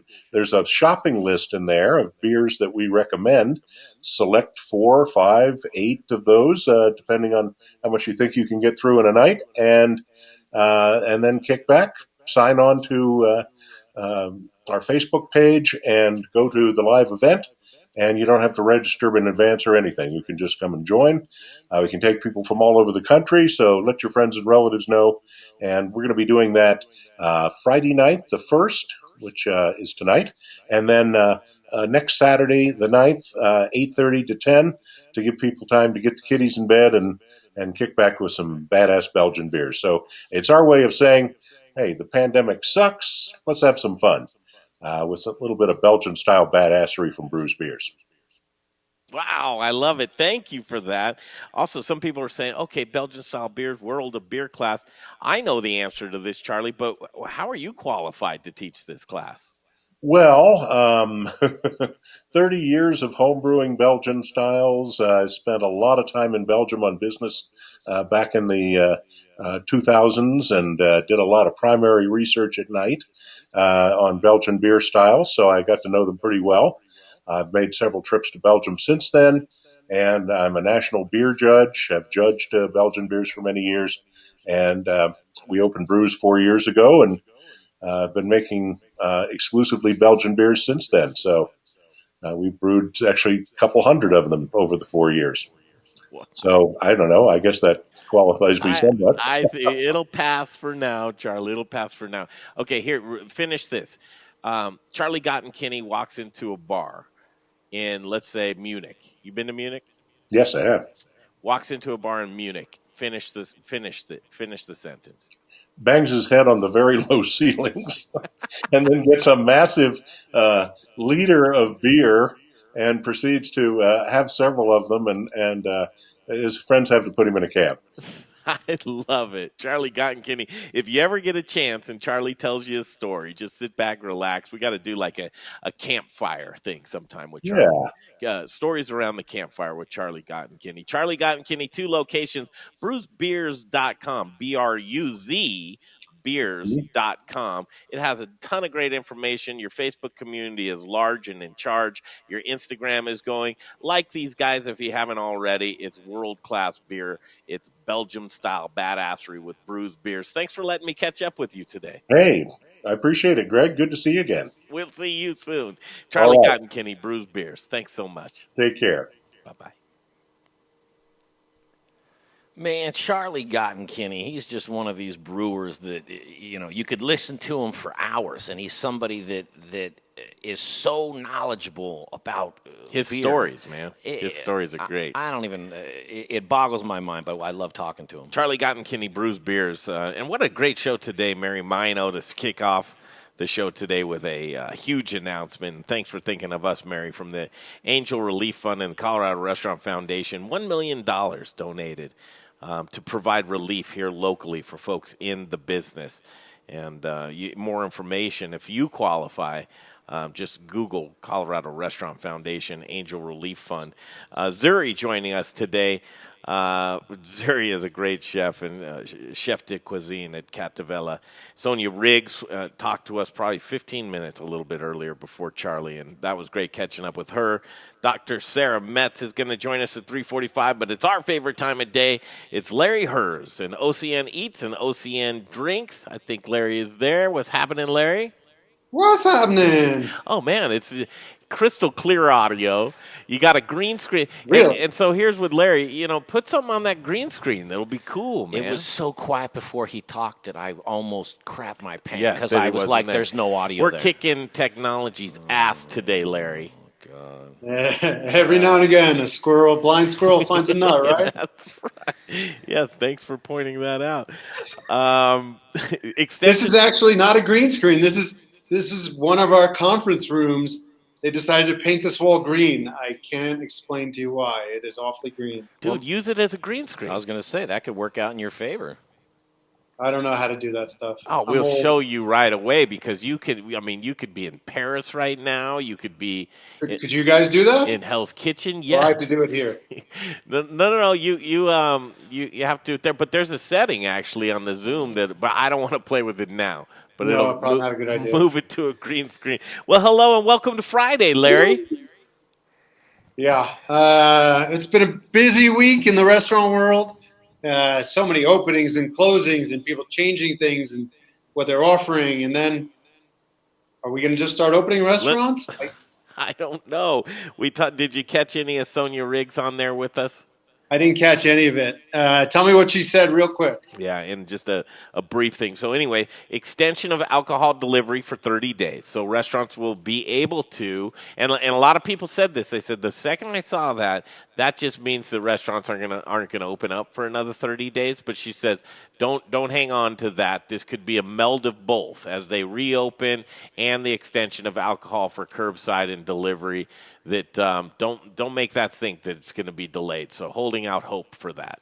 You can bet that if they even attempt that quite a few restaurants will open anyway. Will open anyway. Okay. Yes. Interesting. You've heard about now we're talking dine-in, right? Dine-in. Absolutely. They're just going to say, screw you. Well, they're going to open. And I don't blame them. I did ask a couple of questions, and that like Weld County is just going rogue right now. Yeah. They're doing their own thing. What are you going to do? How are you going to stop them? Well, Larry, good questions. And here's the thing. Let's talk about this weekend. It's going to be a beautiful weekend. A little bit of rain tomorrow, but Mother's Day is going to be beautiful. That's a restaurant day, Mother's Day, right? It's the Super Bowl for me. In my restaurants, that was the busiest day of the year because, you know, brunch is a faster turn than a dinner. So like a New Year's Eve type or Valentine's. And Valentine's is all deuces, where Mother's Day is larger parties, and then you could start different than Easter, where Easter you can't start really until after church. So my Sunday brunch at 730 South was always my record, 400 to 500 covers, and you're talking about a la carte off a menu in a 100-seat restaurant. I loved it. I mean, you gear up for it.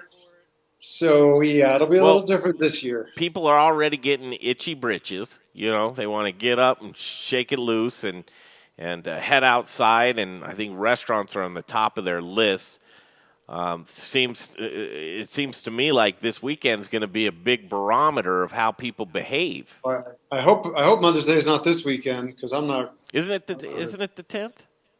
Well, the 10th. Yeah, that would be a week from. Man, I've lost my mind. I just had a mini stroke on the air. You're absolutely right. It's not Sunday. Freaking me out because I haven't even thought about getting my wife anything yet. What do you get her? Which I'm still not sure why I still buy her presents. She's not my mother. Did she get you something for Father's Day? Yes. Well, there you go. Well, I mean, it's like, our kids are old enough. Well, I know, but you're a guy that won't tip somebody, too, that hands you a sandwich across Jesus the counter. Yeah, but you buy somebody a birthday present when it's not your birthday. I don't know. Yeah, that might be a stretch. That's a stretch. Yeah, that's a stretch. When the kids are young, sure, it makes sense. You buy them and you give them to the kids. But once the kids are old enough, they should buy the Mother's Day presents, I would think. Okay, so all right, moving on. What was for lunch on What's for Lunch? Should we just peek it? Do you want to do a setup? Yeah, setup's always good. You don't want to do a cold entrance. So there's a restaurant that opened in January called the Lake House Kitchen and Tavern on Wadsworth and Bowles. And, it's Midwestern kind of Friday fish fry, roasted chicken, and that's their thing. And they were killing it for that first month. And then obviously they were in trouble now. And so first time I actually met the gentleman, his name is Mario, and he brought me, a nice variety. So now you can show the video. Hey, Mario, what's for lunch? And here we go. Off to the races. It's just go on. Yeah, there it is. Bring the audio up on my computer I'm there. up, baby. Today I have the Lake House Kitchen and Tavern from Littleton, Colorado in studio. and my friend Mario. Mario, thank you for coming in. Thank you for having me. Thank you for bringing me this glorious spread. Our pleasure. Tell us a little bit about yourself and the Lake House. Yeah, so I opened up a restaurant a couple years ago on South Broadway called Mario's Ocean Club. Had that for a little bit, and then caught wind of this location on Johnson Reservoir in Clement Park. That the Lucha Cantina was selling. So talked to a couple longtime mentors and friends of mine, Kevin and Kate Wessel, and we thought, hey, this is a great opportunity. You can't pass it up.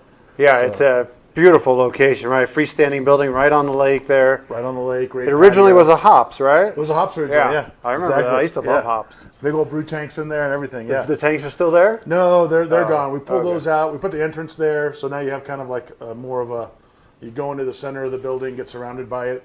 We like the way the energy goes a little better that way. And you had the unfortunate luck of opening in February. Yeah, exactly. January 13th, actually. But yeah, close enough. January 13th. And so Terrible. you were killing it, everything going good, Everything's and then going this great. happened. Yep, exactly. And so now you're open what? What are your So hours? now we're 11:30 to 8 every day. We started off with shorter hours, so just love to get that word out. 11:30 to 8 now, a little extended. Try to take care of everybody for lunch and dinner, and 7 days a week. And how do people get your food? So the best way, I think, is to go online to our website, do the online payment and curbside pickup. It's contactless. Food looks good, You get Larry. 20% off everything that Yeah, way. are you No, fried it's great. chicken I mean, aficionado? if you need delivery, we Oh, do it through absolutely. I'm Grubhub going and everything, to turn but, him down in the background and keep the video rolling. Okay. So the video's rolling there. You don't mind us doing that, do you? Or do you want me to shut it down here and tell people to go watch it themselves? No, I don't mind anything. All right. So tell So, are you familiar with Henny Penny? Henny Penny, no. So Henny Penny is a fryer. That's the name of the fryer, and it closes it in, so it's all sealed in. And the way it cooks, the chicken doesn't pick up the oil as much. It's just the juiciest, crispiest chicken you can get. Some people call it broasted. Okay. Which is I think a rival fried chicken fryer. Yep. Is it broasted? So that was good. He brought us the Friday fish fry, which was catfish. You're about to bite into this thing. You're showing it to the camera. First of all, is that a shake you're drinking? You know what? That was unbelievably good. That was just a frozen lemonade, non-alcoholic that he brought me. I'm like, I was a little disappointed there was no alcohol in it, but yet it was delightful. And it really helped cleanse the palate from all the fried food he bought. Gotcha. Only probably a couple thousand calories right there. I shared. I always share. You're a sharer. Oh, man, that looks really, really good. I'm going to just keep this rolling. We'll see if you eat All right. that thing. But Let's talk about news. yeah, let's do it. What do you got? Urban Farmer reopened today. Yeah. You know Urban Farmer? So what do they got going on? Another one of those restaurants where it's like you wanted the dine-in experience. They've got great steaks on the menu, a lot of care of artesian food, but open right now, curbside or delivery. That's part of Sage Hospitality. Really, they do a great job in their hotel restaurants. And then shocking to me, a restaurant literally opened today. Not reopened, opened. Did you hear about that? And it's not a pop-up. Nope. It's a full restaurant, and they had their opening. 32nd and Pecos. What is Does that help? Nope. What is it? Happy Camper. Happy Camper. It's a pizza place out of Chicago. It's supposed to be great. People love it from Chicago. And have you partaken I yet? haven't tried it. No. Well, don't you feel like you'd be cheating on McGovern if you did that? Oh, we'd go together. We would. All right. Yeah, me and him, we've been to the Engine Room, Bonanno's place. Uh-huh. We went to Hops and Pie together. We went to Pizza Republica together. No, that dude he loves to support other pizza places. He loves to support pizza places first, but other restaurants. He supports everybody around his neighborhood for sure. But he's a pizza fan, and it's funny when you go out for pizza with him, he sniffs the pizza. Does he smell it like a cocktail? The crust, the dough. It's a little weird, but that's kind of cool, actually. He's an expert. I would not argue with him when it comes to pizza. Yeah. He actually wrote an article for OCN last year, I had him write his top 10 favorite pizza places, of course, not including his own. Here in Colorado or nation? In Colorado, just Okay. in Colorado. And it wasn't just Denver. He put some place, I think, in Fort Collins and Boulder. And he didn't put it in any order. So I won't tell you what he said, was number one. But for sure, I remember Cart Driver being on that list. And I agree with that. You can't have a top 10 without Cart Driver. Who else we got? Then he's got Famous J's, right? The guys you're talking about his pizza list still. Yes. Oh, well, let's stop the list. Moving on. Yeah. Mercantile opened today for takeout. Now, that's an undertaking right there, isn't it? Yeah. But I think they miss it down there badly. Everybody lives around there. Are they still continuing their efforts to build that airport location? Is that still in construction right now? I don't know about that. I do know airport-wise, GQ Barbecues is working on that and in negotiations.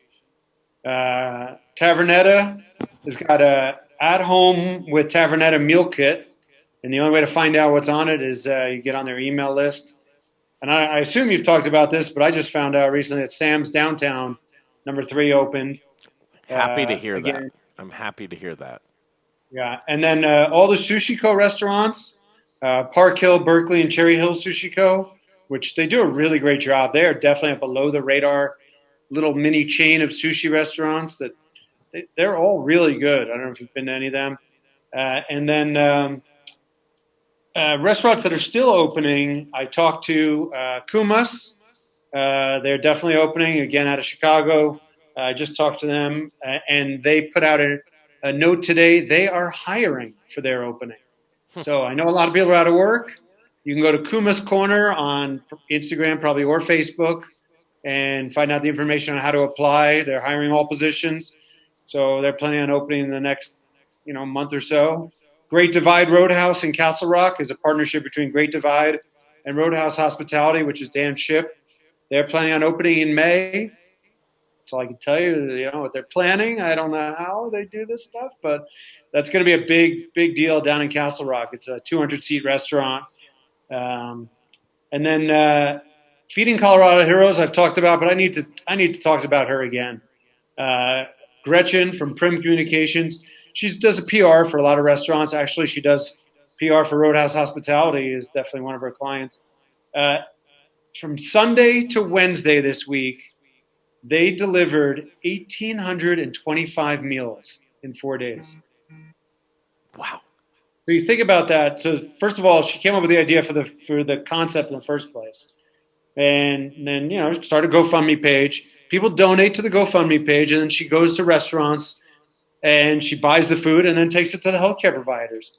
And she thought at first, I remember, she's like, we'll do it once a week. Now she's doing it like 5 times a day, which is just, I love stories like that. So I'm fully behind her. If you're ever going to donate to a cause, that's a nice win-win-win. Everybody wins in that. I wanted to ask you, so was it yesterday or the day before? All the days are running in, but Keegan Gerhardt was on the show. That's 2 days ago. 2 days ago. And he, I recommended to him, he wanted to do kind of a buy one and donate one type of thing that like McGovern's doing, to buy a pizza and donate a pizza. Oh, I like that. And he wants to do it for Nurses Day, which is next Wednesday. I said, either McGovern or Larry, I want to get a hold of you. If he has a couple of questions, and he's a smart guy, but he wanted to have a little bit of advice on how to do that campaign, and we told him we'd do full efforts too. National Nurses Day is next Wednesday. If you didn't know I that. didn't know that. That's So if you don't mind, we'll pass along the contact information. Yeah, I've never met him, never spoke to him. So cool. Sure, always good, always here to help. Hey, you want to know a sad thing for me? Cherry Creek Arts Festival canceled this year. Yeah, I heard that. Sucks. You really like it? Yeah, well, I mean, I'm a native to Cherry Creek. I know. I grew up in that area. Don't you hate them closing all your streets down? No, I really don't, man. It's an opportunity to see some culture down in there and people walking around. You know what I do hate, though, is that the the marathon the Cherry Creek Sneak. That really closes down a lot of streets. Yeah, for nothing, because I'm not running around with them. That's for sure. Tomorrow, I will be at Los Dos Patrios. Doing what? I am filming an episode of Restaurateurs. We had that dude participated in our micro brew fest. You remember that? Yeah. Dude? Yeah. They make good beer. He's a wildcat. Oh wait, they make good beer. What are you? Los Dos Padrillos. Los Dos Patrios. They have a brewery in their location in Parker. Well, maybe I got the wrong. Maybe I got the wrong something. I don't think you do. They have 4 locations. Yeah, Isn't that paella, right? They make that big No, I don't think they do paella. paella. Yeah, I got the wrong guy. Man. I got the wrong whole. Everything. That's why I don't know why I unmuted Never myself. mind. Yeah, let They me. do a great molcajete. If you ever go to Los Dos, get the molcajete and get the chili relleno nachos. Well, hook us up with that guy. And then also the gals that you did the email on yesterday, I want to connect the dots with those gals, too. Deanna Yeah. at Sierra. Yeah, if you don't You mind. got her contact information now. All right, Larry, what you got going on this weekend other than that, the newest edition? Yeah, that's going to be. So I just want to tell you a little bit about what that Restaurateur is going to be. So it's going to be a unique one in that we're going to show how they're doing it, how they're separating, how they're cleaning, how they're keeping you safe.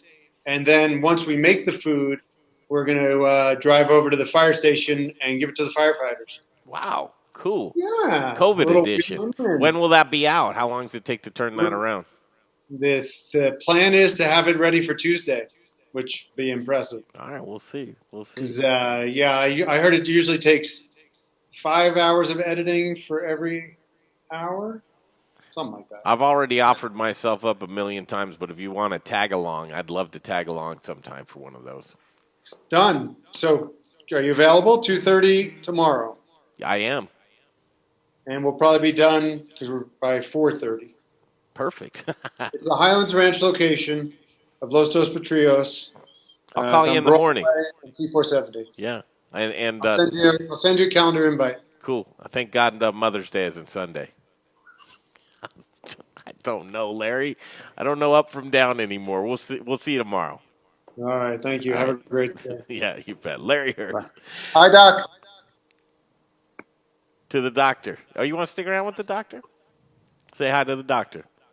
Hey, Jay, I took your advice and I unmuted myself.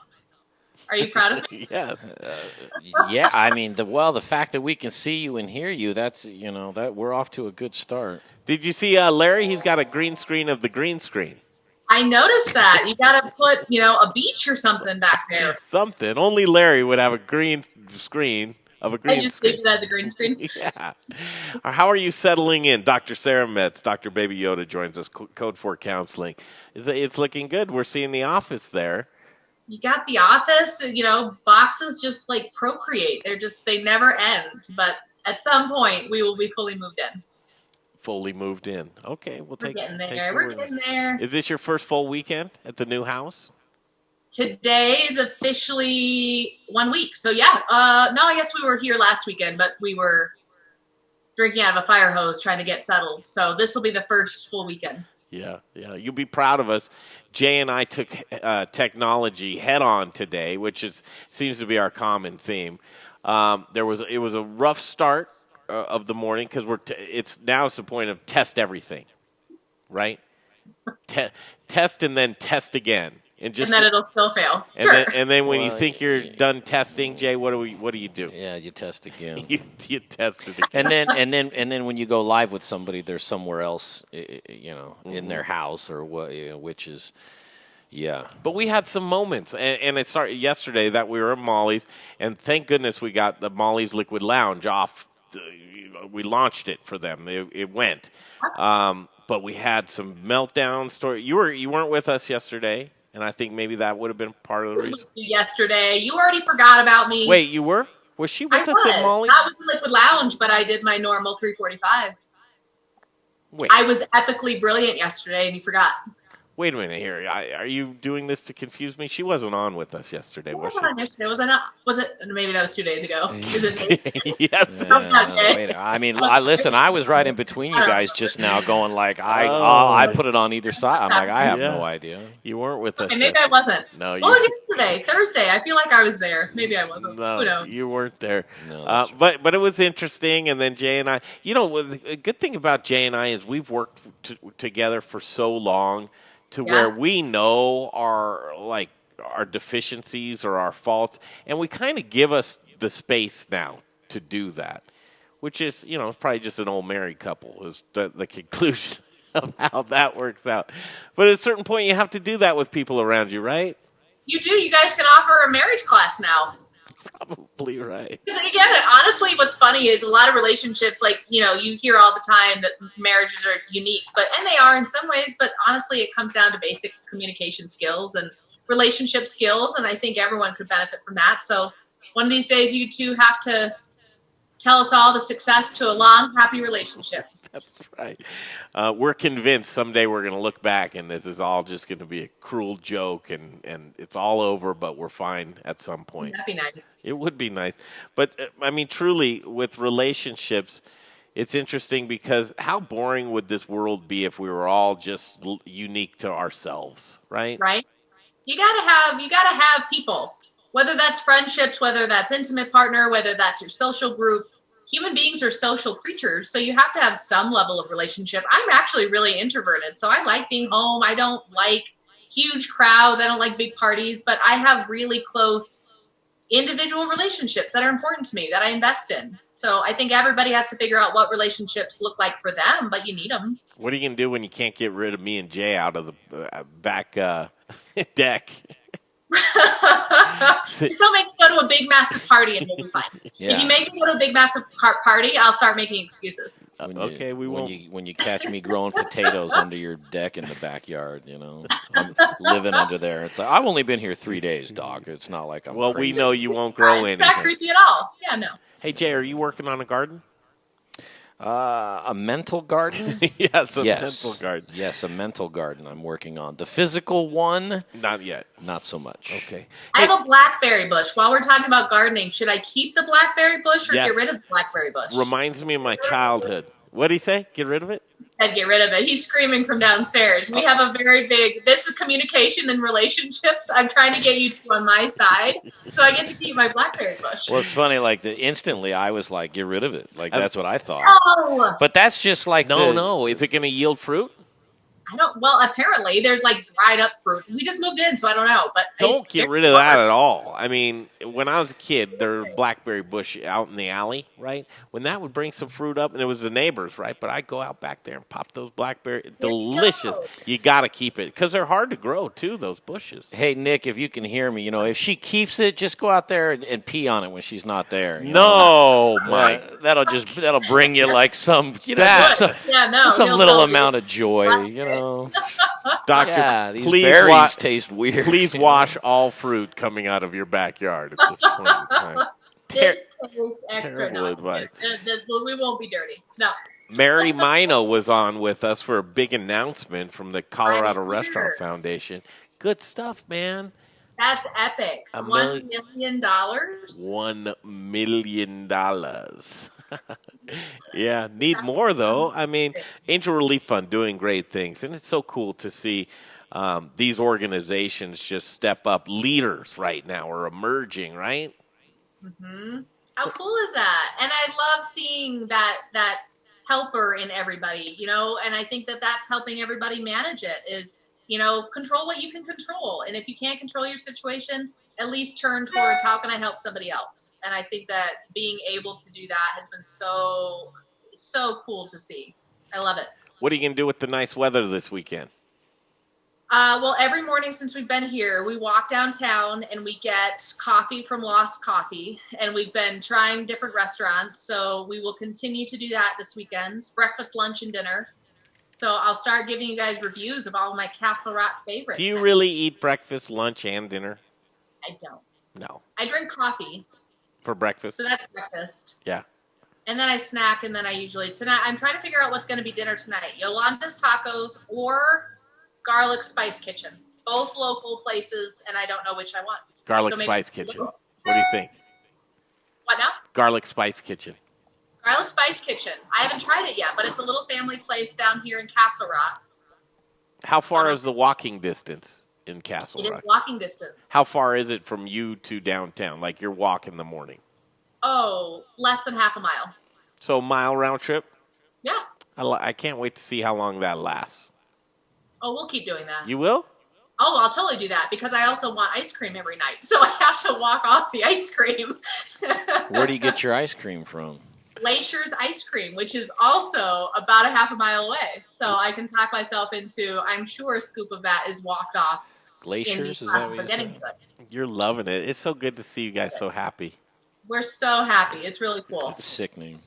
No, it's not, Jay. It makes you happy. No, it doesn't. It depresses me. Does it really? No, not really. It's just funny to say. I know. I mean, listen, I'd be lying if I didn't say that there was a degree, and I don't mean Dr. Sarah. It's just any human, really, that I see him, right? And people that are just genuinely happy because that's so foreign to me. It's like, you know how the expression you fear what you don't know?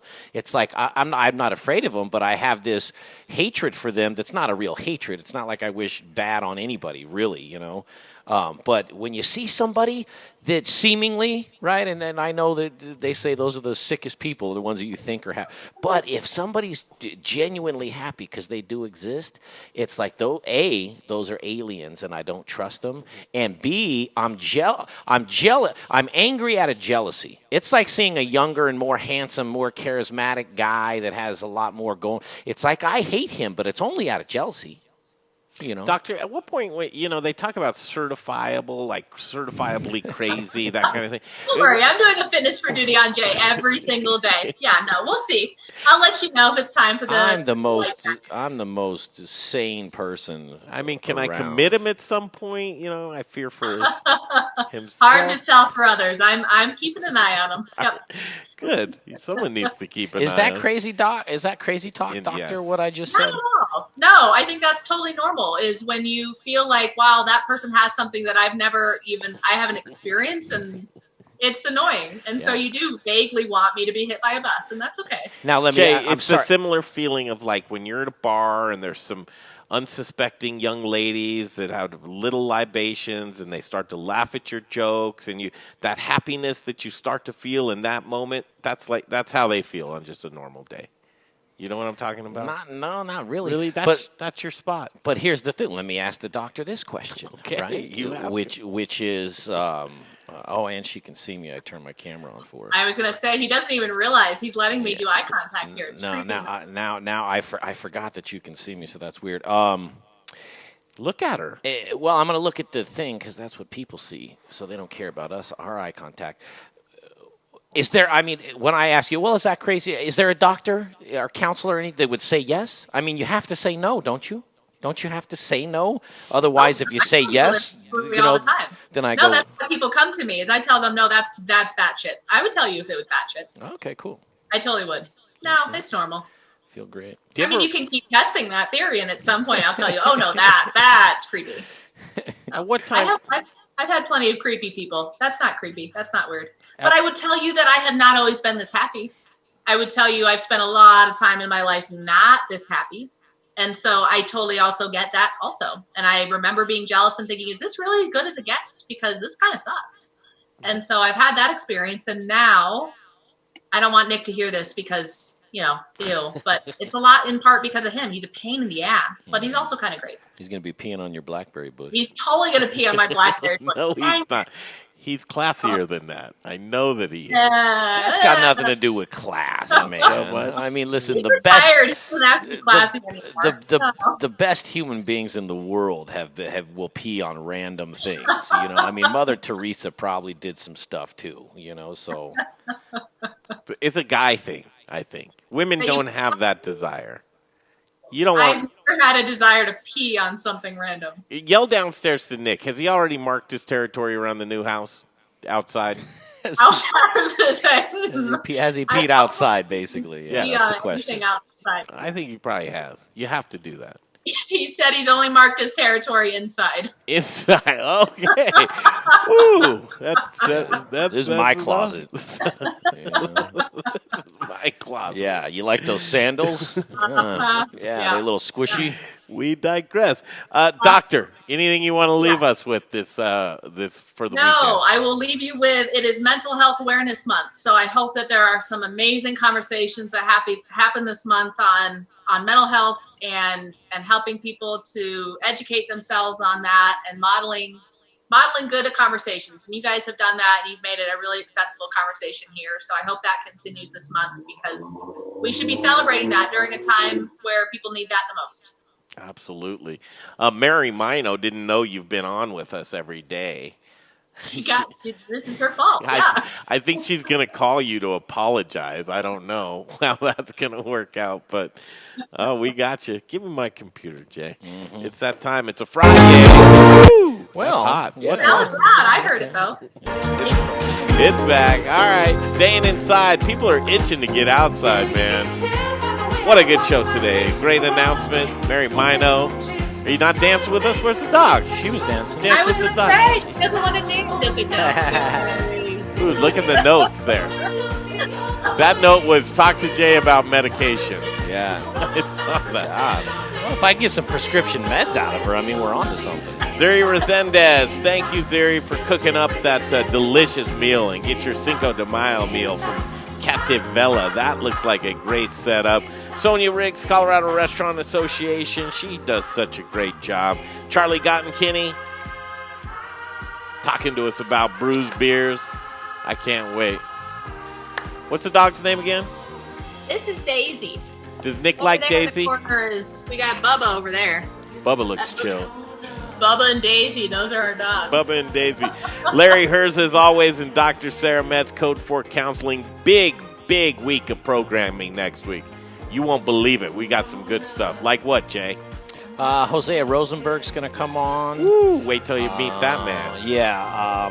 I'm talking to Carolyn Glover. We may have to can something with her, but she's answered, so a lot of big names. But you know what else, Jay? Yeah. COVID. Next week, May 8th. Go to the Modern Eater Facebook page, and you just jumped off the shelf, Doctor. You know who that is. Hey! Hey! Look how much bigger yours is. I know. Dave loves you. He does. I haven't talked to him lately. How's he doing? I haven't talked to him lately either. We got to get him involved because COVID, we're going to need his help. That's next Friday, May 8th from 2 to 5 p.m. Lots of star-studded chefs are going to join us, along with musical acts and talents. And, of course, Jay Parker will be right here. That's all we need. Barring death. Barring death. Thanks so much. We will see you tomorrow night on the show. Can you do it Saturday night? You probably don't want to, do you? Do you want to? I'll be there. I love you guys. It would not be a Saturday night without you. That's right. We'll see you then. Get some wine for tomorrow night. Will do. Okay, bye. We'll see you then. Bye. See you guys 2 to 4 p.m. Monday through Friday, and then tomorrow night. Be sure to join us. We don't know what we're going to do tomorrow night, but it'll be a good one. 6 to 8 p.m. right here on the Modern Eater Show from Studio Kitchen, Colorado, or tune in on our radio affiliate, iHeartRadio 630 KL. Whatever you do, be good to yourself and to others, as Lester Holt would say. See you tomorrow.